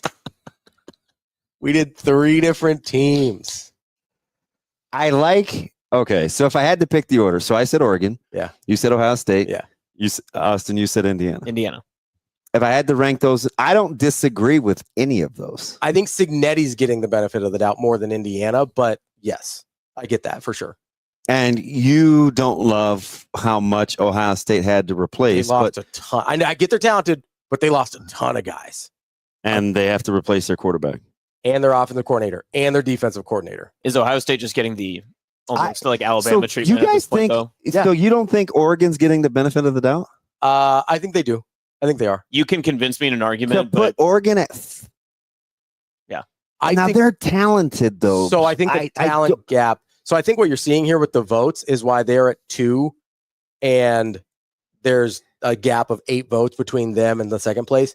I think they're acknowledging what you're saying with putting them at 3rd, but I think the talent gap is viewed between Oregon and Illinois or whoever else you want to put it 4th is big enough that they're like, yeah, I think the talent difference is enough. Now, that is a way of giving somebody the benefit of the doubt, for sure. Oh, we couldn't have a show together. I don't even know how we're doing this. We don't agree on anything. I got bad news for you, DB. We do have a show together. But you know, the funny thing is, I could see, I'm totally giving Indiana the benefit of the doubt. Yeah. I put Indiana at 5. That's why I keep saying, like, okay. So, but I didn't say them because Oregon is higher. Yeah. With, I think, more questions. But better talent. That's what everybody tells me. You don't think Oregon's more talented than Indiana? Yeah, but So what about same question from what we did 5 through 9? 1 through 4, which team has the most variability? Illinois. You think? Yeah. Yeah. Let's do 1 through 3 because 4. None of us agreed on 4. Okay. I mean, you 1 guys through 3. did. Yeah, 1 through 1 through 3. Who has the most variability? Because I do think that's Oregon. Because I have a hard time envisioning Ohio State not winning 10 games this year. Man, I can see Ohio State and Penn State in a national semifinal. I think Oregon in a best year this year. So am I the dumb one because I think it's Ohio State? I don't think there's a ton of variability because I kind of trust. What if they don't get good quarterback play? You're right. I mean, you're right. You're right. I could say the same thing about Oregon though. It's Dante Moore. I know AJ loves Dante Moore, but we're But based, okay, decent. I'll entertain it. Okay. Let me give you my pushback. Based on Ohio State, how Ohio State's built, the next 2 best offensive players are Tate and Jeremiah Smith. Yeah, you need better quarterback play. You need quarterback play. Absolutely. Yeah. No, you're right. Their top 2 players are Smith and Downs. I didn't say anybody on the O-line. I didn't say anybody on the D-line, even though I do think the D-line will be pretty good. Yeah, you do. So they may be more quarterback dependent. I can see that. Than what Oregon needs to succeed because of Oregon up front and their ground game, which is totally legit. Fair. Totally fair. So that's why I said Ohio State. I think the talent level of Ohio State gets me to 10 wins pretty much no matter what. Yeah. That used to make you mad in February. I mean, I still don't love it, but I think it's true. I don't think, and listen, there's a world in which none of the young guys pan out on the lines the way we need them to, and that hasn't really happened to Ohio State. Not to the point where they get to 8 wins, or it just hasn't happened. So I don't know what to do with it. I do think we're giving, I'm literally doing the thing I said that people were doing right now. I'm giving them the most benefit of the doubt. I think they have the most variance. So Rico brings in some more context. He dove deeper into the preseason poll. Well, how is Rico doing this, holding and burping babies? No, he's got many skills. Rico must be uber talented. Illinois finished 4th in voting. The Wolverines finished 5th. Both only received 1 vote higher than 4th place. So Michigan being their first place vote, and then Illinois receiving 1 vote higher than 4th. UCLA and Washington had the widest range of votes. The Bruins received votes from 9th to 17th, and the Huskies earned votes from 6th to 14th. Yeah. So if you ask me overall who I think has the most variance, it's Washington for me. Yeah, I could see that. It would not surprise me if Washington was anywhere from 4th or 5th to 12th. I was gonna say 6th. I don't think I can put him higher than 6th. But if Damon Williams is good, if he's who you like him to be and who you think and he can be, run the ball. Yeah. And Jed Fish is really good at what he does.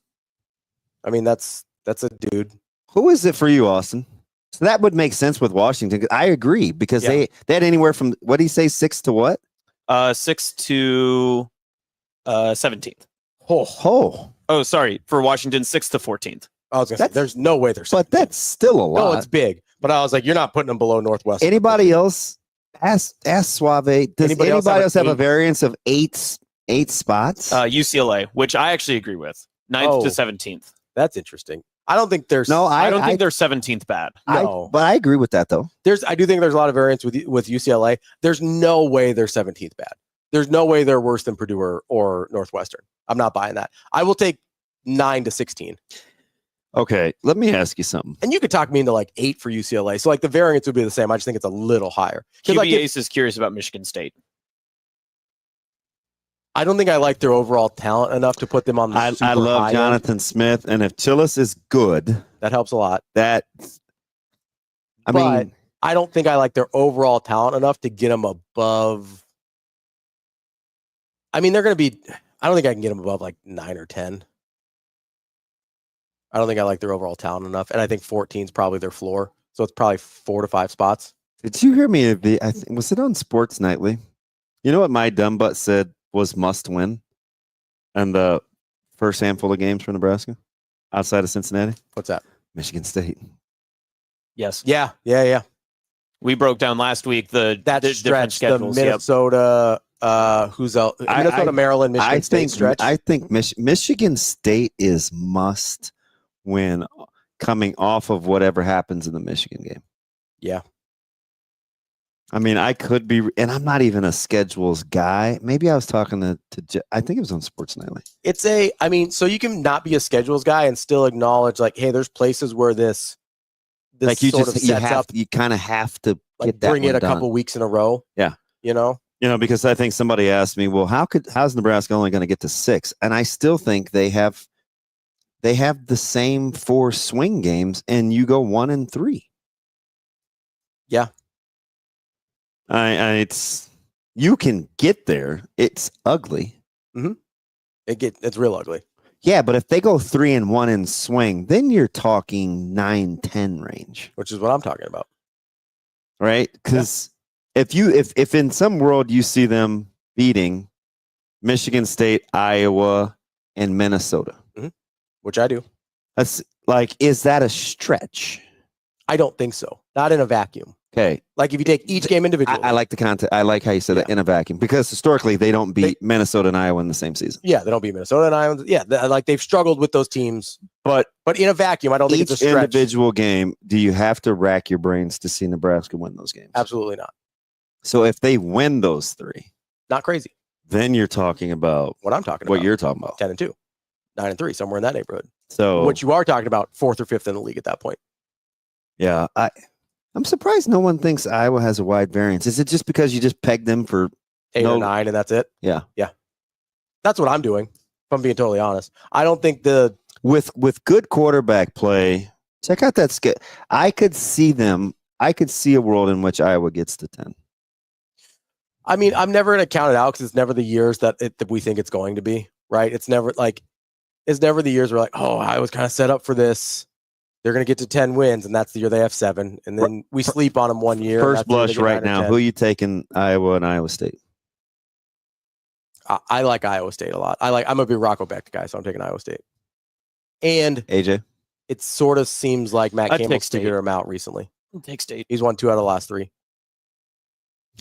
Those first 4 conference games for Iowa do set them up, interestingly, because it's at Rutgers, home against Indiana, at Wisconsin, and then Penn State at home, which they're notorious. That's their season right there. Boy, they're notorious for that there's Penn a State couple of tricky ones, though. Yep. Where's Indiana again?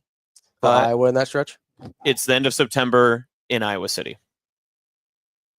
I think that one, if you look at where the preseason poll is right now, obviously 6 and 7 right there, but I think that one determines a lot.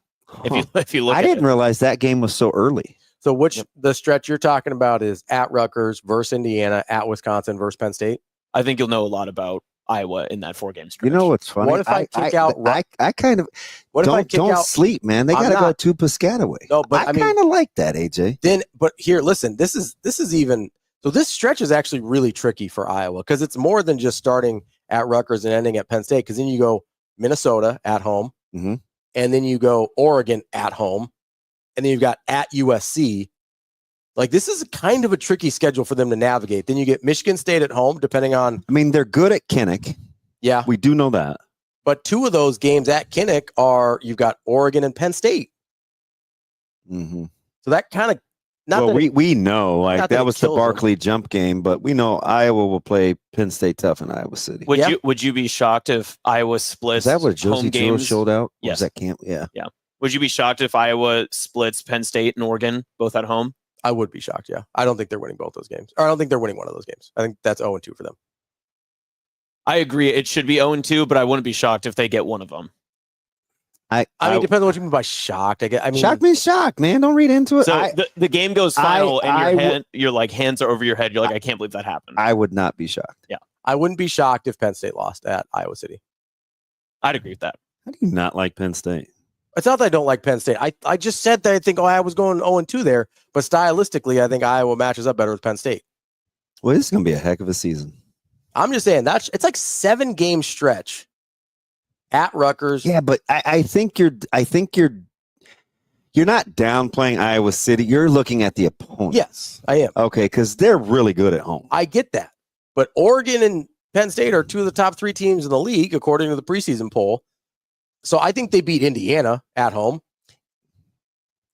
Now, who's downplaying Kinnick now? I'm just a matter of factness. I think that game is interesting. I'll be curious to see what that line is. I mean, if we think Iowa and Indiana are in the same neighborhood and they are, and Kinnick is as hard to play, then that's a win for Iowa.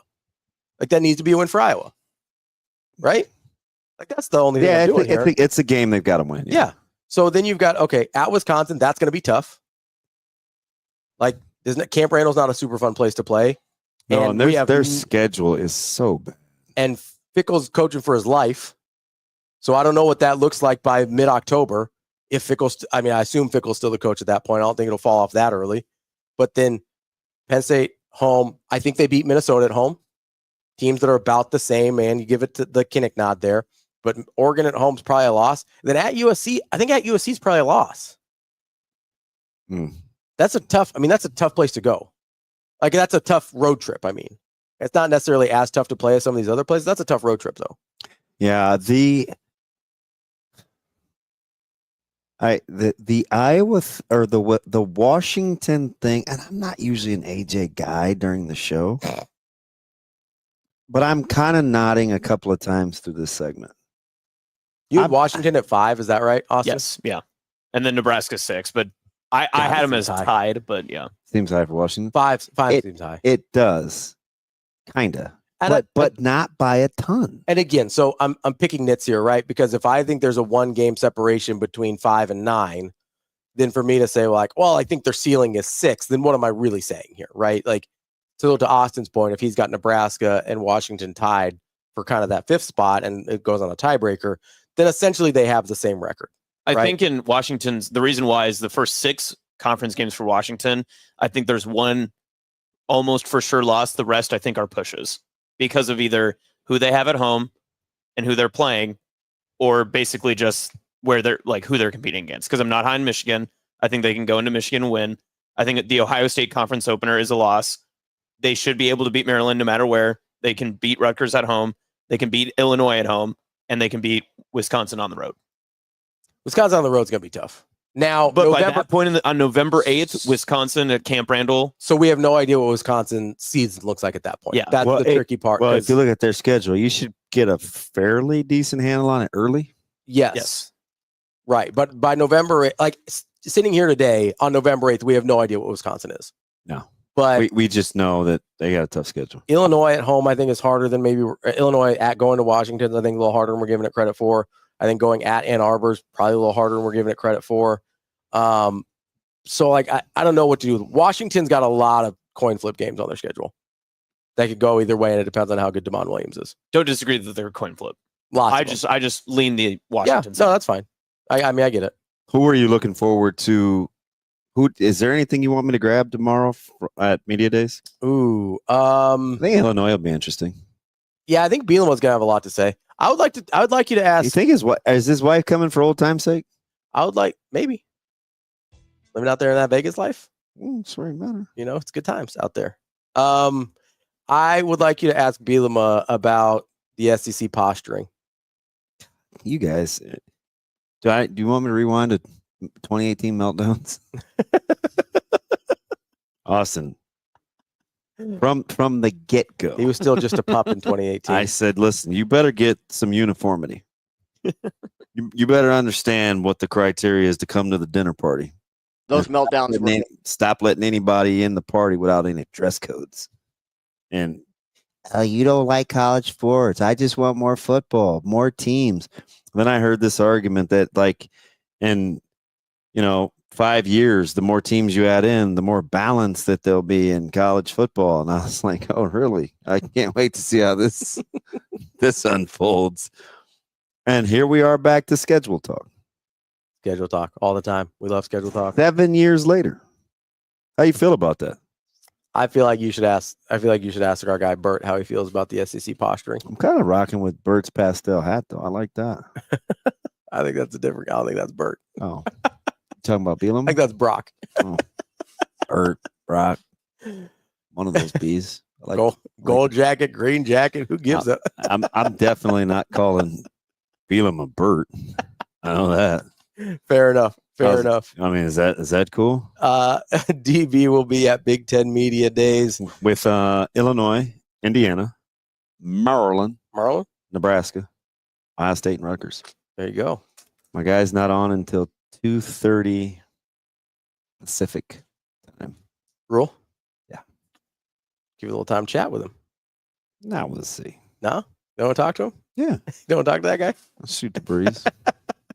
I feel like you should ask Ryan Day about replacing both coordinators and a quarterback in the same offense. Yeah, I'm a big body language guy. Yeah. And so far, I've kind of nailed it. I talked about Ferentz's body language a couple years ago. I kind of felt like they were Signetti last year. Signetti last year. Yeah. Harbaugh when they won a national championship. Remember, I was like, this guy was kind of in the hallway like he swallowed a canary. Like he knew something everybody else Remember didn't. how he was like the gamesmanship with the suspensions? Yeah. And I'm like, he either really, really loves his team or his self-awareness is zero. You're like, boo, bro, boo. I mean, he doesn't strike me as like super self-aware. He's a weird guy. You know, so it's like I'm kind of excited, and I'm there for minimal time. So DB will be in Vegas tomorrow, and then he'll join us on Wednesday as they get back here to Omaha, and then we'll be back to our regularly scheduled programming here on for the remainder. Hurrdat Sports Live. That's the show for today. That's DB. I'm Ravi Lulla. Thanks to Shane and Austin for producing. We'll be back tomorrow. See you. Have a good day. Love you.